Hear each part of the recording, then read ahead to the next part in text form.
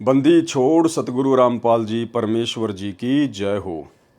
सत्साई भाई और बहनों, दया परमपिता परमेश्वर सतगुरु रामपाल जी की, जिनकी विशेष कृपा दृष्टि से आप और हम सभी सत्सेवक भाई बहन तीनों समय की आरती वाली पुस्तिका भक्ति बोध के सरलार्थ को समझने जा रहे हैं, जो सरलार्थ स्वयं सतगुरु रामपाल जी परमेश्वर जी ने अपने कर कमलों से यथार्थ भक्ति बोध नाम की पुस्तिका के माध्यम से आप और हमें दे रखा है।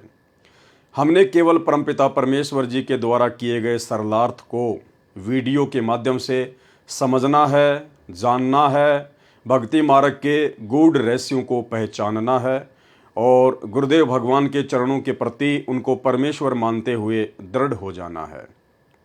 भाई और बहनों, ये तीसरा वीडियो है और अब आगे जो बातें होंगी वो मंगलाचरण से शुरू होंगी, लेकिन मंगलाचरण को पढ़ने से पहले आप और हम सभी भगत भाई बहनों ने परमेश्वर रामपाल जी की वर्तमान समय में परमात्मा वाली वास्तविक स्थिति को जानना बहुत जरूरी है। जब तक हम सतगुरु रामपाल जी परमेश्वर जी के परमेश्वर वाली स्थिति को नहीं जानेंगे, नहीं पहचानेंगे, तब तक हमें भक्ति बोध का सरलार्थ समझ में नहीं आएगा। और उनकी वास्तविक परमात्मा वाली स्थिति को जानने के लिए, समझने के लिए हमने आदरणीय गरीबदास जी महाराज जी की जीवन लीला को पढ़ना पड़ेगा, उनकी जीवन लीला को समझना पड़ेगा। उसके बाद हमें भली भांति समझ में आ जाएगा कि वर्तमान में सतगुरु रामपाल जी कौन हैं, एक साधारण व्यक्ति हैं, साधारण संत हैं, या फिर आम इंसान के चोले में स्वयं सारी सृष्टि के रचनहार कबीर देव हैं। तो भाई और बहनों, समय ज़्यादा ना गवाते हुए हम परमपिता परमेश्वर सतगुरु रामपाल जी का जयकारा लगाएंगे, परमेश्वर जी से आशीर्वाद प्राप्त करेंगे कि परमेश्वर हमें सूक्ष्म दृष्टि प्रदान करें, ताकि हम आपके द्वारा किए गए सरलार्थ को भली भांति पहचान सकें, जान सकें, समझ सकें। तो चलिए परमेश्वर जी से वंदना करते हैं, परमात्मा जी का जयकारा लगाते हैं। बंदी छोड़ सतगुरु रामपाल जी परमेश्वर जी की जय हो। परमपिता परमात्मा सारी सृष्टि के रचनहार, कुल मालिक, असंख्य ब्रह्मांडों के स्वामी, जगत गुरु, तीनों लोकों में प्रवेश करके सबका धारण पोषण करने वाले राजाधिराज, आत्माधार, नाथों के नाथ, देवों के देव महादेव, सर्वेश्वर महेश्वर, मृत्युंजय, अजरो अमर, आदि अनादि सनातनी प्रभु, जगत पिता जगदीश्वर, श्री श्री 1008 की उपाधि के वास्तविक अधिकारी, अकाल मूर्त सौद स्वरूपी राम वासुदेव, सर्वगतम ब्रह्म, परम पूज्य, प्रथम पूज्य, परम संत, परम पुरुष, परम धनी, परम दयालु, सत्य कबीर, हक्का कबीर, अल्लाहु कबीर, अल्लाहु अकबर, बाखबर, अल्लाह ताला, जगत के तारणहार, जगत के मुक्तिदाता, जगत के जगन्नाथ, हारे के सहारे, हिंदुओं के राम, मुसलमानों के अल्लाह, सिखों के वाहिगुरु, ईसाइयों के मसीह, दया के सागर दयानिधि, करुणा के सागर करुणानिधि, स्वयंभू परिभू, संकट मोचन, कष्ट हरण, मंगल करण, दुख भंजन, अविगत कबीर, निर्विकार निर्विषम परमात्मा, अलय अलेख सतगुरु, आदि अनादि सतगुरु, असली मर्यादा पुरुषोत्तम, असली राम, असली कृष्ण, असली घनश्याम, असली मुरारी, राजाओं के राजा, महाराजाओं के महाराजा, शहंशाहों के शहंशाह, सम्राटों के सम्राट, भगवानों के भगवान, अल्लाहों के अल्लाह, प्रभुओं के प्रभु, मसीहाओं के मसीह, सच्चे वाहिगुरु, बाबाओं के बाबा, पीरों के पीर, सेठों के सेठ, जगत सेठ, सावड़सा सेठ, सर्वगुण संपन्न, अनंत कोटि कलाओं के स्वामी, अनंत कोटि ब्रह्मांडों के नायक, योगियों में महायोगी, ध्यानियों में महाध्यानी, सिद्धों में परम सिद्ध, ज्ञानियों में तत्वज्ञानी, ब्रह्म ज्ञानी, महाज्ञानी, सर्वश्रेष्ठ ज्ञानी, युवा कबीर, समरथ कबीर, असमवात, अमित ओझा, सच्चे रहनुमा, करीम अल्लाह, सुभान अल्लाह, दुनिया के अंतिम पैगंबर। 8 सितंबर 1951 से गांव धनाना, जिला सोनीपत, हरियाणा, भारतवर्ष की पावन भूमि में प्रकट रियल कल की भगवान श्री नारायण साकार हरि, रियल बाबा साहेब, संत श्रोमणी सतगुरु रामपाल जी परमेश्वर जी के चरण कमल में साध संगति से जुड़े हुए हम सभी सत्सेवक भाई बहनों का अनंत कोटि दंडवत प्रणाम। तो भाई और बहनों, भक्ति का मूल होता है सतगुरु, क्योंकि पूर्ण परमात्मा कबीर साहब सतगुरु रूप में ही धरती पर प्रकट होकर अपने तत्व ज्ञान का प्रचार प्रसार करते हैं, अपनी आत्माओं को अपने द्वारा रची गई सृष्टि की वास्तविक जानकारी देते हैं। तो परमेश्वर जी जिस समय पृथ्वी पर सतगुरु रूप में प्रकट होते हैं, और यदि कोई भगत, कोई साधक उनकी सतगुरु रूप में प्रकट इस वास्तविक स्थिति को जान लेता है, पहचान लेता है, और यदि आजीवन मर्यादा में रहकर भक्ति मार्ग पर लगा रहता है, तो भाई और बहनों, गुरुदेव भगवान कहते हैं ऐसी आत्मा के मोक्ष में कोई भी संशय नहीं होता है। तो सतगुरु रामपाल जी परमेश्वर जी को पहचानने के लिए जिस प्रकार से आज वो लीलामय रूप में धरती पर प्रकट हैं, एक आम व्यक्ति की तरह परमेश्वर लीला कर रहे हैं हमारी चरम दृष्टि को धोखा देते हुए, ठीक इसी प्रकार भाई और बहनों हमने गरीबदास जी महाराज जी की जीवन लीला को समझना है। यदि हमें इनकी जीवन लीला समझ में आ गई तो समझ लीजिएगा आपको सतगुरु रामपाल जी की पूरी जीवन लीला समझ में आ जाएगी। क्योंकि आदरणीय गरीबदास जी महाराज जी ने, जो कि स्वयं कबीर परमात्मा ही थे, और आज से 300 साल पहले इन्होंने डबल रोल किया। ये कबीर साहब स्वयं परमात्मा सतलोक से जिंदा बाबा के रूप में आए, और अपने ही दूसरे रूप में परमात्मा गरीबदास जी का रूप बनाकर पृथ्वी पर पहले से ही प्रकट थे। और परमेश्वर ने ऐसी लीला की कि आम व्यक्ति तो छोड़िए, 21 ब्रह्मांड का स्वामी ज्योति निरंजन भी धोखा खा जाए। तो गरीबदास जी महाराज जी ने जिस प्रकार हमारी चरम दृष्टि को धोखा देते हुए सांसारिक दृष्टि के हिसाब से एक माँ के गर्भ से जन्म लेने की लीला की, और आध्यात्मिक दृष्टि से स्वयंभू प्रकट होने की लीला की, यदि इनकी ये अद्भुत लीला जो इन्होंने लगभग 300 वर्ष पहले की, यदि आज हमारे समझ में आ जाती है तो परमेश्वर रामपाल जी को समझना बेहद आसान है। तो भाई और बहनों, क्या क्या समानता है गरीबदास जी महाराज जी की जीवन लीला में और परमेश्वर रामपाल जी की जीवन लीला में। हालांकि दोनों ही कबीर परमात्मा है, गरीबदास जी भी स्वयं ही कबीर परमात्मा है, और परम पूज्य परमेश्वर सतगुरु रामपाल जी भी स्वयं ही कबीर परमात्मा है। लेकिन हमारे लिए वर्तमान में सबसे ज़्यादा महत्व, सबसे अहम महत्व परम पूज्य परमेश्वर रामपाल जी का रहेगा, क्योंकि परमेश्वर रामपाल जी हमारे पूज्य गुरुदेव भगवान के रूप में प्रकट हैं। इसलिए हम भक्तों ने सबसे अधिक प्राथमिकता सतगुरु रामपाल जी परमेश्वर वाले रूप को ही देनी पड़ेगी, यदि वर्तमान में हमें मोक्ष चाहिए तो क्या क्या समानता है दोनों महापुरुषों में। जैसी इन्होंने लीला की, काल को धोखा देते हुए, आप और हम सांसारिक जीवों की चरम दृष्टि को धोखा देते हुए, तो बंदी छोड़ गरीबदास जी महाराज जी का जो प्राकट्य स्थान है वो है हरियाणा में गांव करोथा, और इधर बंदी छोड़ सतगुरु रामपाल जी भगवान का भी जो प्राकट्य स्थान है वो भी हरियाणा में गांव धनाना है, यानी बिल्कुल सेम है, दोनों ही हरियाणा में प्रकट हुए। और भाई और बहनों, ये भक्ति बोध पुस्तक जिससे हम 3 समय की आरती करते हैं, इसमें यदि आपने नोटिस किया हो तो शुरुआत में इसमें हमारी गुरु प्रणाली लिखी हुई है, गुरु प्रणाली। और गुरु प्रणाली में सबसे पहले नंबर पर नाम आता है बंदी छोड़ कबीर साहिब। सबसे पहले जो नाम लिखा है बंदी छोड़ कबीर साहिब जी महाराज। दूसरे नंबर पर लिखा है बंदी छोड़ गरीबदास जी महाराज। तीसरे नंबर पर है संत शीतलदास जी महाराज।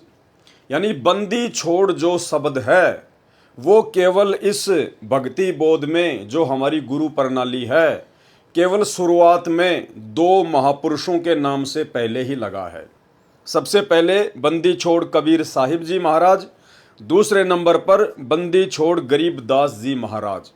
इसके अलावा जितने भी संत हुए हैं गुरु प्रणाली में, किसी के भी नाम से पहले बंदी छोड़ शब्द नहीं लगा है। और सबसे लास्ट में जब हमारे पूज्य गुरुदेव जी का नाम आता है तो फिर हम भगत भाई बहन बोलते हैं बंदी छोड़ सतगुरु रामपाल जी भगवान। यानी पूरी गुरु प्रणाली में जिसमें 11 क्रमांक हैं, केवल 3 ही महापुरुषों के नाम से पहले बंदी छोड़ शब्द लगता है। इसका क्या मतलब है?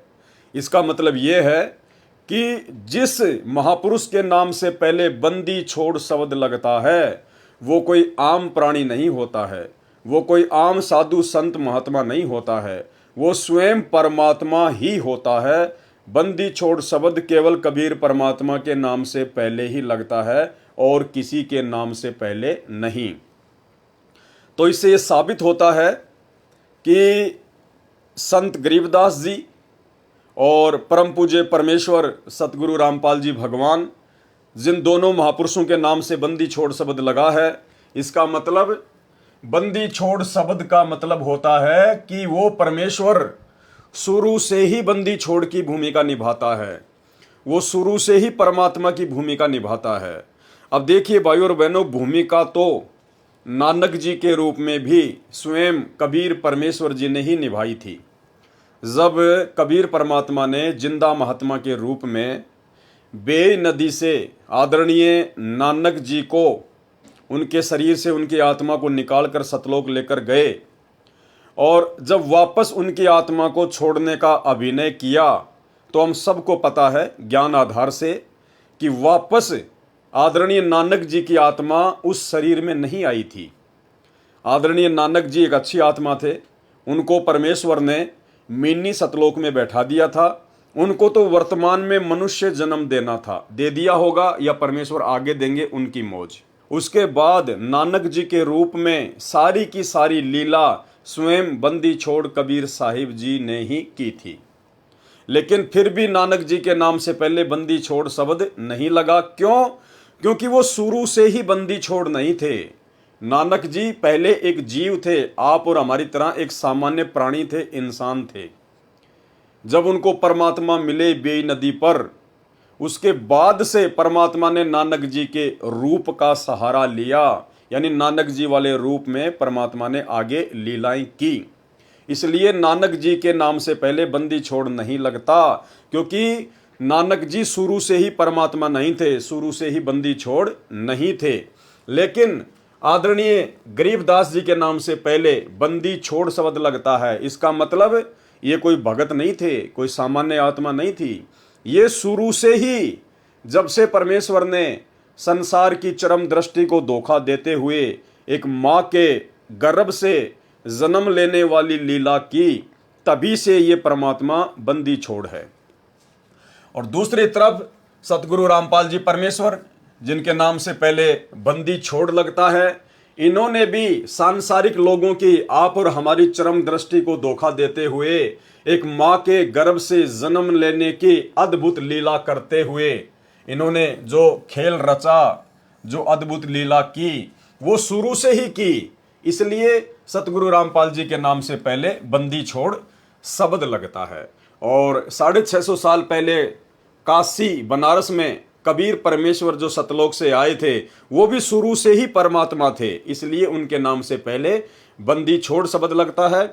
इसके अलावा इस गुरु प्रणाली में और जितने भी संत महात्मा है, किसी के नाम से पहले भी बंदी छोड़ शब्द नहीं है। ये आप सबके घरों में है। ये हाथ कंगन को आरसी क्या, पढ़े लिखे को फारसी क्या, आप जी इसको पढ़कर देख सकते हैं। तो सबसे पहले नंबर पर है बंदी छोड़ कबीर साहिब जी महाराज, काशी उत्तर प्रदेश।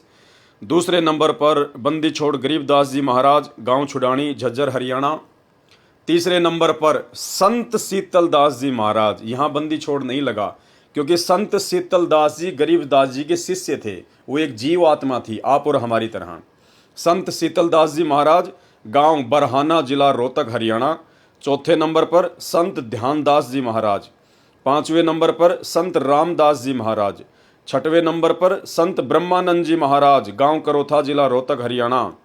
सातवें नंबर पर संत जुगतानंद जी महाराज। आठवें नंबर पर संत गंगेश्वरानंद जी महाराज, गांव बाजिदपुर, दिल्ली। नौवें नंबर पर संत चिदानंद जी महाराज, गांव गोपालपुर धाम, सोनीपत, हरियाणा। 10वें नंबर पर संत राम देवानंद जी महाराज, तलवंडी भाई, फिरोजपुर, पंजाब। और 11वें नंबर पर पूर्ण परमेश्वर बंदी छोड़ सतगुरु रामपाल जी भगवान। तो बंदी छोड़ केवल 3 ही महापुरुषों के नाम से पहले लगता है। इसका मतलब आदरणीय गरीबदास जी महाराज शुरू से ही परमात्मा थे, बंदी छोड़ थे, प्रकट होने की लीला की। इसी प्रकार सतगुरु रामपाल जी परमेश्वर शुरू से ही बंदी छोड़ हैं, केवल इन्होंने प्रकट होने की लीला की है। इसके अलावा आदरणीय गरीबदास जी महाराज एक किसान परिवार में आए और जाट बिरादरी में आए। ठीक इसी प्रकार सतगुरु रामपाल जी परमेश्वर वर्तमान में एक किसान परिवार में आए और जाट बिरादरी में ही आए। वैसे संतों की कोई बिरादरी नहीं होती है, कोई जाति नहीं होती है। कहते हैं जाति न पूछो संत की, पूछ लीजियो ज्ञान, मोल करो तलवार का, पड़ी रहन दो म्यान। संतों से केवल ज्ञान पूछना चाहिए, लेकिन हम भाई बहन अपने परमेश्वर की वास्तविक स्थिति को समझने के लिए थोड़ा सा सहारा ले रहे हैं। तीसरे नंबर पर आदरणीय गरीबदास जी महाराज जी के मुंह बोले माता पिता, जिनकी माता जी का नाम था श्रीमती रानी देवी और जिनके पिताजी का नाम था श्री बलराम जी। ठीक इसी प्रकार सतगुरु रामपाल जी परमेश्वर जी के मुंह बोले माता पिता का नाम, माता जी का नाम था भगतमती इंद्रो देवी और पिताजी का नाम था श्री नंदराम जाट। आदरणीय गरीबदास जी महाराज जी साधारण वेशभूषा में रहा करते थे, जिस प्रकार हरियाणा का आम व्यक्ति रहता है, या विशेषकर हरियाणा के जाट समाज से संबंधित जो किसान भाई है वो पहना करते थे, धोती कुर्ता या कुर्ता पायजामा। इन्होंने कोई भी आडंबर, लाल कपड़े, पीले कपड़े, कोई भी विशेष आडंबर इन्होंने अपने जीवन में नहीं किया। ठीक इसी प्रकार वर्तमान में परम पूज्य परमेश्वर सतगुरु रामपाल जी बिल्कुल साधारण वेशभूषा, जैसा कि हरियाणा का आम व्यक्ति पहनता है या विशेषकर हरियाणा में जाट बिरादरी से संबंधित लोग पहनते हैं, कुर्ता पायजामा या धोती कुर्ता। आदरणीय गरीबदास जी महाराज जी ने शादी भी की और संतान भी उत्पन्न हुई। उनकी 6 संतानें थी। इधर परमेश्वर रामपाल जी ने भी लीलामय रूप से शादी भी की और संतान उत्पत्ति भी हुई, 4 संतान। यहाँ एक चीज हमें समझने की आवश्यकता है भाइयों और बहनों, क्योंकि यह अध्यात्म है, ये काल मिनट मिनट में मन में शंका पैदा करेगा। अब आप कहेंगे कि भाई जब गरीबदास जी महाराज स्वयं ही बंदी छोड़ थे, और बंदी छोड़ तो केवल कबीर परमात्मा ही हो सकता है, तो बंदी छोड़ का तो नूरी शरीर होता है, उनका तो तेज पुंज का शरीर होता है, उनके पास तो अखंड शब्द शक्ति होती है। वे आप और हम जैसे आम प्राणियों की तरह शरीर से बच्चे पैदा नहीं करते। तो फिर कैसे उन्होंने शादी की, क्यों उन्होंने संतान उत्पत्ति की? तो भाई और बहनों, सारा का सारा जो खेल है ये परमेश्वर की लीला के अंतर्गत है। परमेश्वर को कहते हैं अविगत, यानी जिसकी गति को कोई ना जान सके। ये लीला परमपिता परमेश्वर जी ने क्यों की, आदरणीय गरीबदास जी ने क्यों की? क्योंकि जब परमेश्वर सतगुरु रूप में धरती पर प्रकट होते हैं तो ये काल उस समय तक धरती पर इतना पाखंड फैला देता है, शास्त्रों के विरुद्ध समाज में इतना मनमाना आचरण फैला देता है कि आदमी भक्ति और भगवान की परिभाषा से कोसों दूर हो जाता है। तो आदरणीय गरीबदास जी महाराज जी के आने से पहले, प्रकट होने से पहले, आम समाज में भक्ति मार्ग में एक धारणा प्रचलित थी कि भाई अगर परमात्मा प्राप्ति करनी है तो आजीवन ब्रह्मचार्य का पालन करना पड़ेगा, गृहस्थ जीवन में रह के परमात्मा की प्राप्ति नहीं की जा सकती। तो इस मिथ्या का, इस झूठ का, इस पाखंड का, इस शास्त्र विरुद्ध मनमाने आचरण का खंडन करते हुए आदरणीय गरीबदास जी महाराज जी ने लीलामय रूप से शादी भी की और 6 बच्चे भी उत्पन्न किए। और इन्होंने समाज में एक संदेश दिया कि जिस प्रकार से मैं गरीबदास शादीशुदा होते हुए, संतान उत्पत्ति करते हुए मैंने अंत में परमात्मा पाया, मैंने मोक्ष की प्राप्ति की। अर्थात यदि आपकी भक्ति विधि सही है, आपका गुरु पूर्ण है और आप यदि आजीवन गुरु मर्यादा में और गुरु वचन में रहते हैं तो आपके मोक्ष में कोई संशय नहीं है। भाई और बहनों, इस बात को और अच्छे से समझने के लिए, क्योंकि गरीबदास जी के जीवन से ही हमने सतगुरु रामपाल जी परमेश्वर जी के जीवन को समझना है, ठीक यही लीला सतगुरु रामपाल जी परमेश्वर जी ने की। इसी मिथ्या धारणा को तोड़ने के लिए सतगुरु रामपाल जी परमेश्वर जी ने वैसी ही लीला की, क्योंकि परमेश्वर ने यह दिखाना था कि गरीबदास जी के जीवन को आधार बनाकर ही मेरे भगत मेरी जीवन लीला को समझ पाएंगे। तो परमेश्वर सतगुरु रामपाल जी ने आदरणीय गरीबदास जी महाराज जी के शादी विवाह करने और संतान उत्पत्ति करने को लेकर अपने सत्संग में क्या बताया। परमेश्वर ने बताया कि गरीबदास जी तो स्वयं बंदी छोड़ थे, परमात्मा थे, उनको बच्चे उत्पन्न करने की आवश्यकता नहीं थी, लेकिन उन्होंने ऐसा क्यों किया?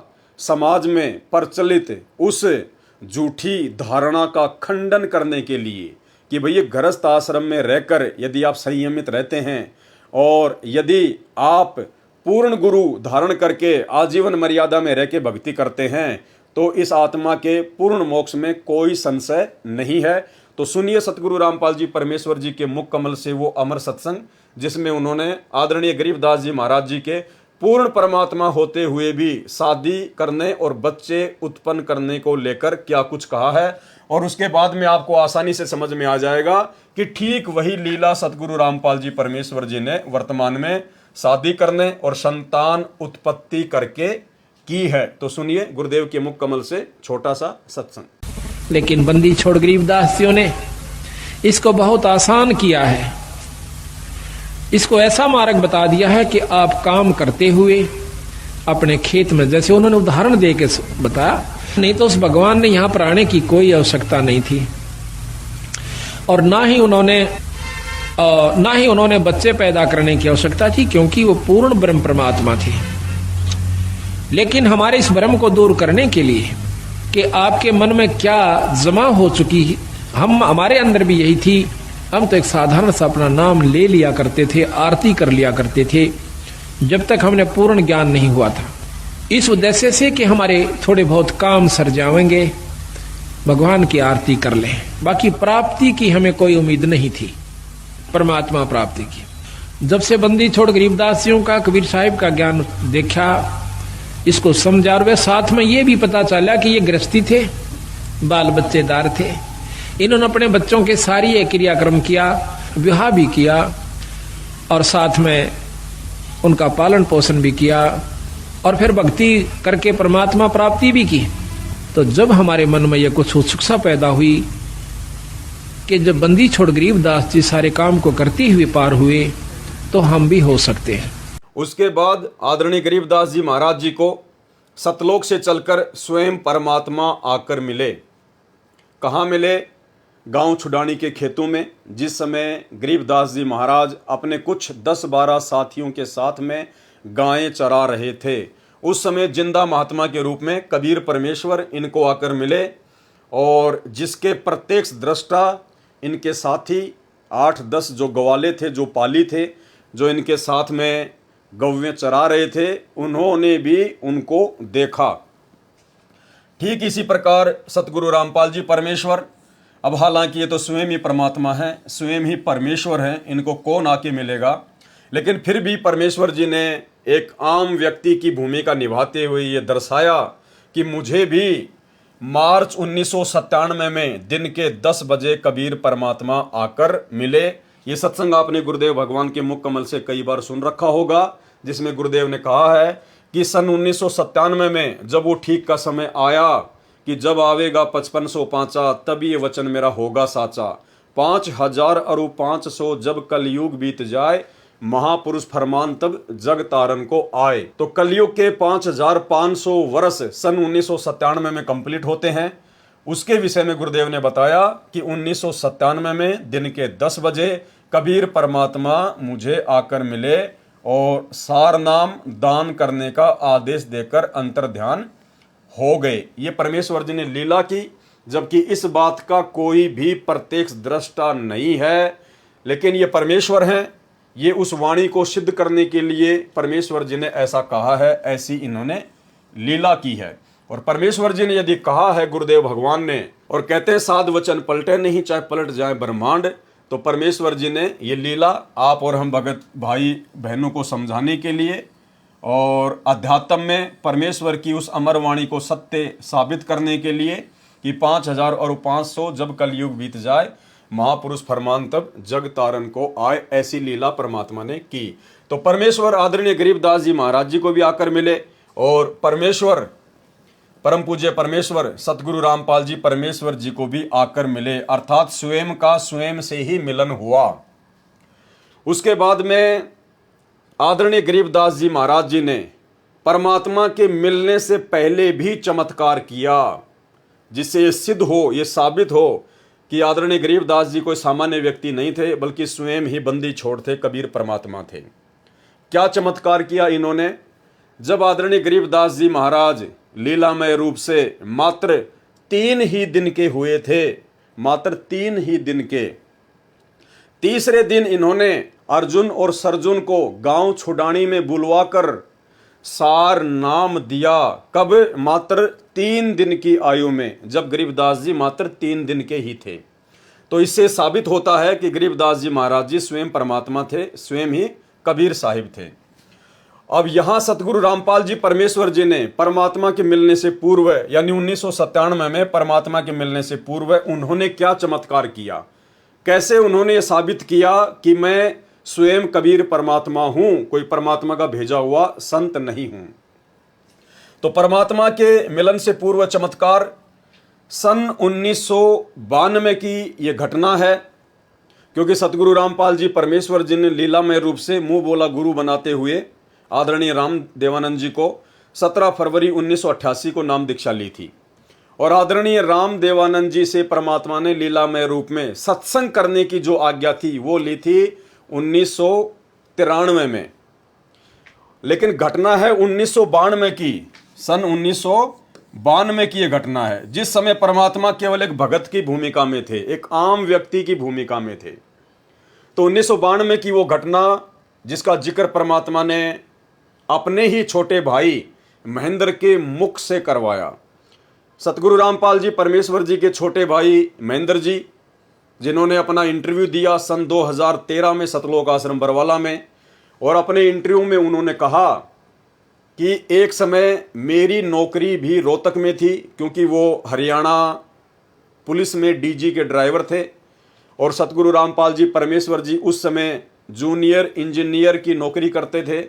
तो दोनों की पोस्टिंग हरियाणा के रोहतक में थी। तो महेंद्र जी ने बताया कि जब लंच होता था तो गुरुजी मेरे पास में आ जाया करते थे। उस समय तक मैंने नाम दीक्षा नहीं ली थी, वो मुझे बहुत समझाया करते थे, लेकिन ये ज्ञान मेरी समझ में नहीं आया।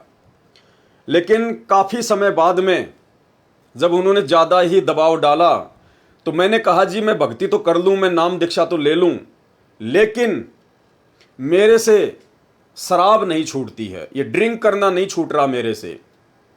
तो सन 1992 में, जिस समय तक सतगुरु रामपाल जी स्वयं भक्ति किया करते थे, एक भगत की भूमिका में थे, 1992 में सतगुरु रामपाल जी परमेश्वर जी ने अपने छोटे भाई महेंद्र को आशीर्वाद दिया, उनसे कहा कि जा आज के बाद नहीं पिएगा। और भाई और बहनों, महेंद्र ने कहा कि वो 1992 का दिन है और आज का दिन है, मैंने शराब को छुआ तक नहीं है। तो घटना 1992 की, जिस समय सतगुरु रामपाल जी परमेश्वर जी एक भगत की भूमिका में थे, और एक भगत, इस कबीर पंथ में भगत का ये नियम होता है कि वो ना किसी को आशीर्वाद दे सकता है, ना किसी का आशीर्वाद ले सकता है। लेकिन परमेश्वर रामपाल जी ने अपने आप को परमात्मा साबित करना था, इसलिए परमेश्वर ने परमात्मा के मिलन से पूर्व एक भगत की भूमिका में सन 1992 में यह चमत्कार किया, और उसके बाद महेंद्र का जीवन बदल गया। उसने कभी जिंदगी में शराब को छुआ भी नहीं। ये महेंद्र का कहना है कि मैंने शराब को छुआ नहीं, उसने छुआ या नहीं छुआ ये हमें नहीं पता, लेकिन उसका अपने इंटरव्यू में ये कहना है। लेकिन घटना 1992 की है, जो महेंद्र जी स्वयं अपने मुख कमल से बोल रहे हैं। तो सुनिए महेंद्र जी का ये छोटा सा इंटरव्यू, ताकि आपको यकीन हो कि हाँ, सतगुरु रामपाल जी परमेश्वर शुरू से ही परमात्मा है, ना कि 1994 में या 97 में जाकर वो परमात्मा बने हैं। फिर मेरे जीवन में एक ऐसी घटना घटी, 1992 की बात है, कि मैं एक डीआईजी को लेकर के मधुबन गया हुआ था, पुलिस ट्रेनिंग सेंटर के अंदर। रात को वहाँ ठहरे, मैं सुबह सोकर उठा तो मैंने देखा, मैं चारपाई पर लेटा हुआ, मेरी आंखें खुल गई। तो लेटे लेटे मैं क्या देख रहा हूँ कि मेरे पैरों की तरफ उस मकान यानी कमरे में 2 खिड़कियाँ थी। एक खिड़की में महाराज जी कम से कम 8-10 फीट ऊपर आसमान में बैठे हैं, वो सीन मुझे आज तक याद है। काले रंग के चश्मे लगा रखे थे, लाइनिंग वाला शर्ट, काली पैंट, और ऐसे बैठे हैं जैसे पद्मासन होता है, हाथ जोड़कर। तो संत रामपाल जी की तरफ 2 पैर दिखाई दे रहे हैं, घुटने से नीचे बिल्कुल लाल रंग के, जैसे सूर्य सुबह निकलता है। तो मैं देख कर डर गया। मैंने अपनी घड़ी देखी, उस द्वार पे एक घड़ी लगी हुई थी, उसको देखा भी 7 बज गए हैं। दूसरी खिड़की से देखा तो शहतूत का पेड़ है, चिड़िया बैठी हैं। लेकिन मैं ये सीन क्या देख रहा हूँ? कम से कम 5 मिनट मैंने सीन को देखा। तो मैं डर गया कि मैंने समझा कि भी कहीं गुरु जी मर गए हैं, उनकी आत्मा मुझे मिलने के लिए आ रही है। उस समय फ़ोन भी नहीं थे, मैं DIG को बोल भी नहीं सकता था कि मेरा भाई मर गए हैं। तो मैं बहुत चिंतित हो गया। हम 1 बजे मधुबन से रोहतक के लिए चले, हम लोग 3 बजे वहाँ पहुँच गए। मैं गाड़ी खड़ी करके सीधा मकान पे गया, गुरुजी के मकान के ऊपर। तो जाके मैंने देखा गुरुजी ठीक ठाक मिले, मन में शांति हुई। तो गुरुजी ने पूछा भी कैसे आना हुआ आज दिन में, कैसे टाइम मिल गया? तो मैंने घटना के बारे में बताया। मैंने कहा जी मैंने तो ऐसे ऐसे एक घटना देखी सुबह सुबह, मैं डर गया कहीं आप मर ना गए हो। तो महाराज जी ने कहा कि मेरे स्वरूप में कबीर परमेश्वर आए थे और अब आपको भक्ति मिल जाएगी। तो मैंने कहा जी मैं तो ड्रिंक्स वगैरह कर लेता हूँ, वो छूटती नहीं, भक्ति कैसे करूँगा? तो गुरु जी ने कहा जा आज के बाद नहीं पिएगा। तो उनके एक शब्द से ऐसी दीवार खड़ी हो गई कि आज 1992 की बात है, आज 2013 हो गया, यानी लगभग 21 वर्ष हो गए। वो आज तक मैंने शराब को छुआ तक नहीं है। उसके बाद आदरणीय गरीबदास जी महाराज जी की जीवन लीला को जब हम गहराई से पढ़ेंगे तो उन्होंने सैकड़ों ऐसे चमत्कार किए हैं जो केवल परमात्मा ही कर सकता है, दूसरा कोई नहीं कर सकता है। ये बात अलग है कि आदरणीय गरीबदास जी महाराज जी ने आज से 300 वर्ष पहले जब वे धरती पर प्रकट थे तो उन्होंने प्रत्यक्ष चमत्कार किए थे। जैसे उन्होंने गंगा जी को सहारनपुर में जो है वो प्रकट कर दिया। एक बार उन्होंने गंगा जी को अपने गांव छुडानी में भी जो है प्रकट कर दिया अपने माता जी को स्नान करवाने के लिए। और भी बहुत सारे इन्होंने चमत्कार किए। और उस समय इनके द्वारा जो प्रत्यक्ष चमत्कार किए जाते थे उनका रीज़न ये था कि गरीबदास जी के समय में भक्ति युग नहीं था, वो प्राइम टाइम नहीं था, मोक्ष प्राप्ति का समय नहीं था। इसलिए परमात्मा ने उस समय लोगों को चमत्कार दिखा दिखा कर ही भक्ति मार्ग से जोड़ना था, क्योंकि उस समय इन्होंने पूरी सृष्टि रचना का और मूल ज्ञान का पूर्ण खुलासा नहीं किया था, क्योंकि उस समय तक इस ज्ञान का खुलासा नहीं करना था। इसलिए उन्होंने आत्माओं को थोड़ा बहुत ज्ञान समझाकर और मंत्र देकर जोड़ा, ताकि उन आत्माओं के बारंबार मनुष्य जन्म होते होते वर्तमान कलयुग की पिछली पीढ़ी तक वो आ जाएं। इसलिए उन्होंने प्रत्यक्ष चमत्कार दिखाए। लेकिन वर्तमान का जो समय है, जिस समय सतगुरु रामपाल जी परमात्मा धरती पर प्रकट हो चुके हैं, ये जो पिछली पीढ़ी है, इस समय परमेश्वर जी ने प्रत्यक्ष चमत्कार नहीं करने थे, क्योंकि ये जो समय है ये परमेश्वर ने ज्ञान मार्ग का समय रखा हुआ है। यानी परमेश्वर जी ने ज्ञान समझाकर ही आत्माओं को अपनी शरण में लेना है और ज्ञान समझाकर ही परमात्मा ने अपनी पहचान करवानी है कि सतगुरु के रूप में वर्तमान में धरती पर कौन प्रकट है। अगर ये परमात्मा आज आदरणीय गरीबदास जी महाराज जी की तरह सीधे चमत्कार करने लग जाए, सीधे सीधे मुर्दों को जिंदा करने लग जाए, या आशीर्वाद देकर मुर्गी को हाथी बना दे, हाथी को मुर्गी बना दे, तो पूरी दुनिया इनके पीछे लग जाएगी, पूरी दुनिया। और फिर ये पता ही नहीं चल पाएगा कि कौन व्यक्ति इनके ज्ञान को समझकर इनसे जुड़ रहा है और कौन व्यक्ति देखा देखी में अंधभक्ति के तहत जुड़ रहा है। जिस प्रकार छोटे मोटे बाबा आजकल जैसे बागेश्वर धाम वाले धीरेन्द्र शास्त्री, वो पंडोखर सरकार वगैरह, ये छोटे मोटे चमत्कार दिखा देते हैं, सिद्धियाँ दिखा देते हैं अपने पूर्व जन्म की भक्ति कमाई से। किसी के काका मामा चाचा फूफा का नाम बता देते हैं, तेरे मन में क्या है वो बता देते हैं, जिस कारण से आज लाखों लोग उनके पीछे अंधे होके लग रहे हैं। अगर यही चमत्कार ये परमात्मा करने लग जाता, इस प्रकार का पाखंड अगर ये परमात्मा करने लग जाता, तो भाई और बहनों आज इनके पीछे इतनी जनता होती कि पूरे बरवाला में पैर रखने की जगह नहीं मिलती। लेकिन परमेश्वर ने ऐसा नहीं करना था, क्योंकि ये भक्ति मार्ग है, यथार्थ सत्य भक्ति मार्ग है, शास्त्र अनुकूल भक्ति मार्ग है। परमात्मा ने अपनी हंस आत्माओं को, जिनके लिए परमात्मा युगों युगों से भटक रहे हैं, काल के साथ आंख मिचोली का खेल खेलते हुए, तो परमेश्वर ने केवल अपना सत्य आध्यात्मिक ज्ञान देकर, सृष्टि रचना का ज्ञान देकर जीव आत्माओं से ज्ञान आधार से अपनी पहचान करवानी है। और जो आत्मा इनको ज्ञान से पहचानेगी वही आत्मा सतलोक जाने की अधिकारी होगी। इसलिए आज सतगुरु रामपाल जी परमेश्वर जी ने प्रत्यक्ष चमत्कार ना करके गुप्त रूप में सैकड़ों नहीं बल्कि लाखों चमत्कार किए हैं। इन्होंने मुर्दों को जिंदा किया है। ऐसे ऐसे असाध्य रोगों से पीड़ित लोग जिनको देश की बड़ी बड़ी हॉस्पिटल, एम्स, पीजीआई, अपोलो, वहाँ के डॉक्टरों ने जवाब दे दिया कि हमारे पास आपके रोग का कोई इलाज नहीं है, मेडिकल साइंस इसके आगे फेल है, इतने दिनों बाद में आपकी मृत्यु निश्चित है। और जब से उन लोगों ने सतगुरु रामपाल जी परमेश्वर जी से नाम दीक्षा ली, आज वो घोड़े की तरह बिल्कुल स्वस्थ हैं। कोई कह भी नहीं सकता कि ये रोग आपको कभी जीवन में था। तो परमेश्वर ने सैकड़ों नहीं, हजारों नहीं बल्कि लाखों ऐसे गुप्त चमत्कार किए हैं, जिनके चमत्कारों से प्रभावित होकर आज लाखों की संख्या में भगत लोग इनके भक्ति मार्ग पर लगे हुए हैं। इसके अलावा आदरणीय गरीबदास जी महाराज जी ने सदग्रंथ साहिब की रचना की। सदग्रंथ साहिब जिसमें भक्ति का पूरा विधान है, जो कि 5वां वेद भी कहा जाता है, जिसमें 24,000 वाणियां हैं। और सदग्रंथ साहिब की एक मुख्य खासियत, सदग्रंथ साहिब जिसमें 24,000 वाणियां हैं, जो गरीबदास जी महाराज जी ने संत गोपाल दास जी को निमित्त बनाकर लिखवाया था, जिसका वर्तमान में आश्रमों में पाठ चलता है। भाइयों और बहनों, उस अमर ग्रंथ में पूरे विश्व की सभी भाषाओं का समावेश है। यानी पूरी दुनिया के जितने भी देश हैं, उन देशों में जो जो भाषा चलती है, हर भाषा के शब्द आदरणीय गरीबदास जी महाराज जी के सदग्रंथ साहिब में लिपिबद्ध हैं। यानी ऐसा ग्रंथ केवल बंदी छोड़ी लिख सकते हैं, परमात्मा ही लिखवा सकते हैं, दूसरा कोई नहीं लिखवा सकता, क्योंकि पूरे विश्व की भाषाओं के ज्ञाता केवल परमात्मा ही हो सकते हैं। अवधपुरी एक नगर निधाना, ता अवतार धरे मोरे प्राणा, 20 वर्ष की उम्र पुनीता, मात पिता भय काल सनीपा। पड़ा काल दुर्भिक्षता ही, पृथ्वी डोल गई रे भाई।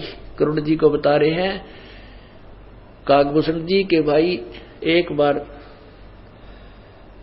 जब मैं 20 वर्ष की उम्र का था, एक दुर्भिक्ष काल, बहुत भयंकर काल पड़ा और मेरे माता पिता सब मृत्यु को प्राप्त हो गए। पड़ा काल दुर्भिक्षता ही, पृथ्वी डोल गई रे भाई। कहते पृथ्वी भी डोल गई, इतना वहां पर नरसंहार हुआ, मर गए दुनिया, प्राणी सब, पशु पक्षी तरफ तरफ का मर गए। पड़ा काल दुर्भिक्ष अपारा, मनुष्य मनुष्य का करे आहारा। कितनी प्यारी लैंग्वेज बोली जा रही है गरीबदास साहिब जी, जो कभी पढ़े नहीं थे और अशिक्षित थे, और कितनी अच्छी लैंग्वेज उन्होंने बोला है। ये वो विद्वान थे।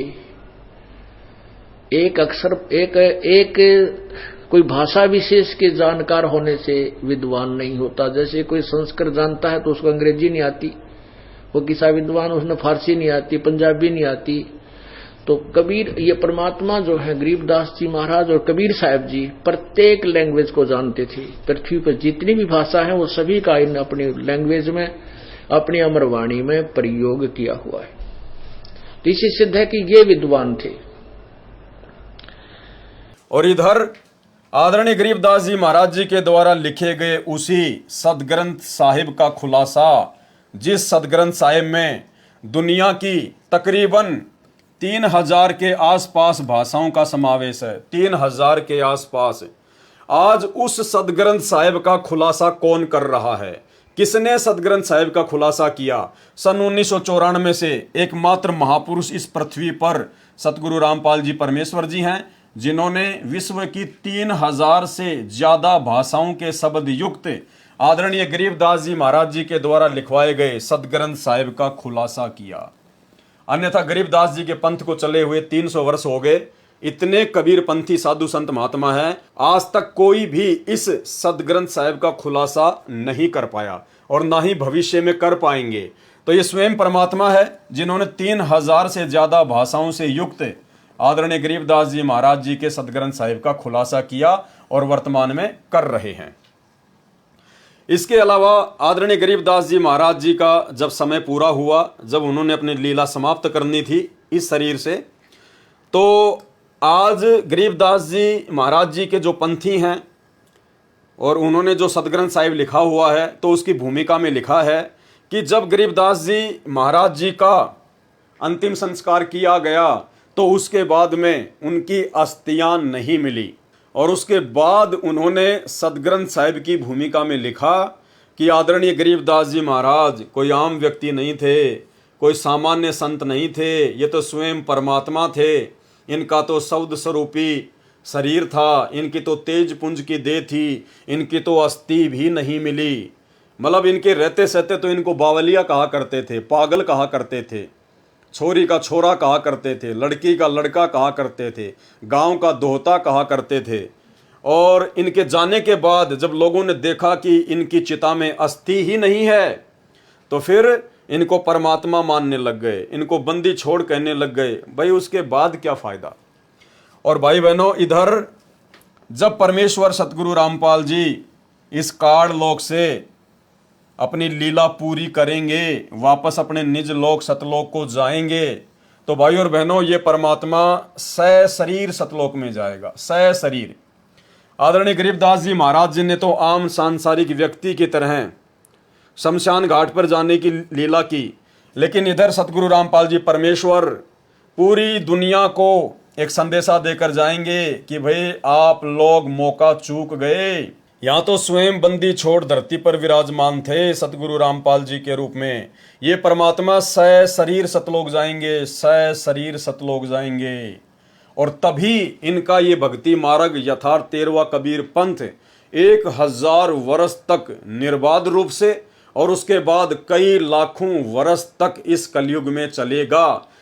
इसलिए परमात्मा ऐसी ही लीला यहाँ से करके जाएंगे ताकि दुनिया इनको परमेश्वर मानकर फिर इनके भक्ति मार्ग पर दृढ़ता से लगी रहेगी। इसके अलावा जब आदरणीय गरीबदास जी महाराज जी ने छुड़ानी में अपना शरीर छोड़ा, उसके बाद में उसी शरीर में उसी अवस्था में ये उत्तर प्रदेश के सहारनपुर में अपने प्रिय भगत बूमड़ सैनी के घर पर प्रकट हो गए। भगत भूमड़ दास अर्थात भूमड़ सैनी जो इनका भगत था, जो सहारनपुर से सत्संग सुनने के लिए गांव छुड़ानी में आया करता था। एक समय जब वो भगत आया हुआ था तो गुरुदेव भगवान ने बताया कि आदरणीय गरीबदास जी ने कहा कि भाई आज के बाद आपको गांव छुड़ानी में नहीं आना है। कारण पूछा तो परमेश्वर जी ने बताया, गरीबदास जी ने बताया कि मैं आपके पास सहारनपुर में ही आऊँगा। तो इन्होंने छुड़ानी में शरीर छोड़ने के बाद में उसी शरीर में ये लगभग 35 वर्ष तक उत्तर प्रदेश के सहारनपुर में रहे। और भाई और बहनों, इधर सतगुरु रामपाल जी परमेश्वर वर्तमान में भी शब्द रूप में अपने सतसेवक बच्चों के घरों पर विराजमान हैं, प्रकट हैं। और सतलोक जाने के बाद भी ये परमात्मा शब्द रूप में अपने प्रत्येक बच्चे के साथ में, अपने प्रत्येक भक्तों के घरों में, जो भगत अपने घर को ही आश्रम बना लेंगे उन भक्तों के घरों पर परमात्मा विराजमान रहेंगे, प्रकट रहेंगे शब्द रूप में। और जब भगत को आवश्यकता पड़ी परमेश्वर के शरीर की, तो ये तो परमात्मा है, ये तो शरीर भी धारण कर लेगा, इसमें कोई संशय नहीं है। और इस प्रकार की लीलाएं परमात्मा करेंगे जिससे भक्तों का दृढ़ विश्वास भक्ति मार्ग पर लाखों साल तक बना रहेगा। तो भाइयों और बहनों, ये कुछ समानताएं हैं जो हमें ये शिक्षा देती हैं, हमारे विश्वास को दृढ़ करती हैं कि जिस प्रकार आदरणीय गरीबदास जी महाराज जी ने भी एक आम व्यक्ति की लीला की, एक आम सांसारिक पुरुष की इन्होंने लीला की, और अंत में पता चला कि ये तो परमात्मा थे, तो बंदी छोड़ते स्वयं ही कबीर साहिब थे। और इधर वही सारी की सारी लीला सतगुरु रामपाल जी परमेश्वर जी ने की है और कर रहे हैं और आने वाले समय में करेंगे। तो इससे साबित हो जाता है कि सतगुरु रामपाल जी परमेश्वर धरती पर स्वयं परमात्मा हैं, बंदी छोड़ हैं, सारी सृष्टि के रचनहार हैं। और हम भक्तों को किसी भी प्रकार का कोई डाउट इनकी लीला के ऊपर, इनके लीला में जीवन चरित्र के ऊपर नहीं होना चाहिए। इसके अलावा आदरणीय गरीबदास जी महाराज जी ने 24,000 वाणियों से युक्त सतग्रंथ साहिब को लिखवाया, उनकी रचना करवाई, लेकिन आदरणीय गरीबदास जी महाराज जी ने उन वाणियों का कभी खुलासा नहीं किया। कभी भी इन्होंने खुलासा नहीं किया, केवल वाणियां इन्होंने लिखवा दी सदग्रंथ साहिब के रूप में। और इधर सतगुरु रामपाल जी परमेश्वर जी उसी सदग्रंथ साहिब का खुलासा कर रहे हैं। भक्ति बोध, यथार्थ भक्ति बोध नामक पुस्तक में उन्होंने आदरणीय गरीबदास जी महाराज जी के सदग्रंथ साहिब का खुलासा किया।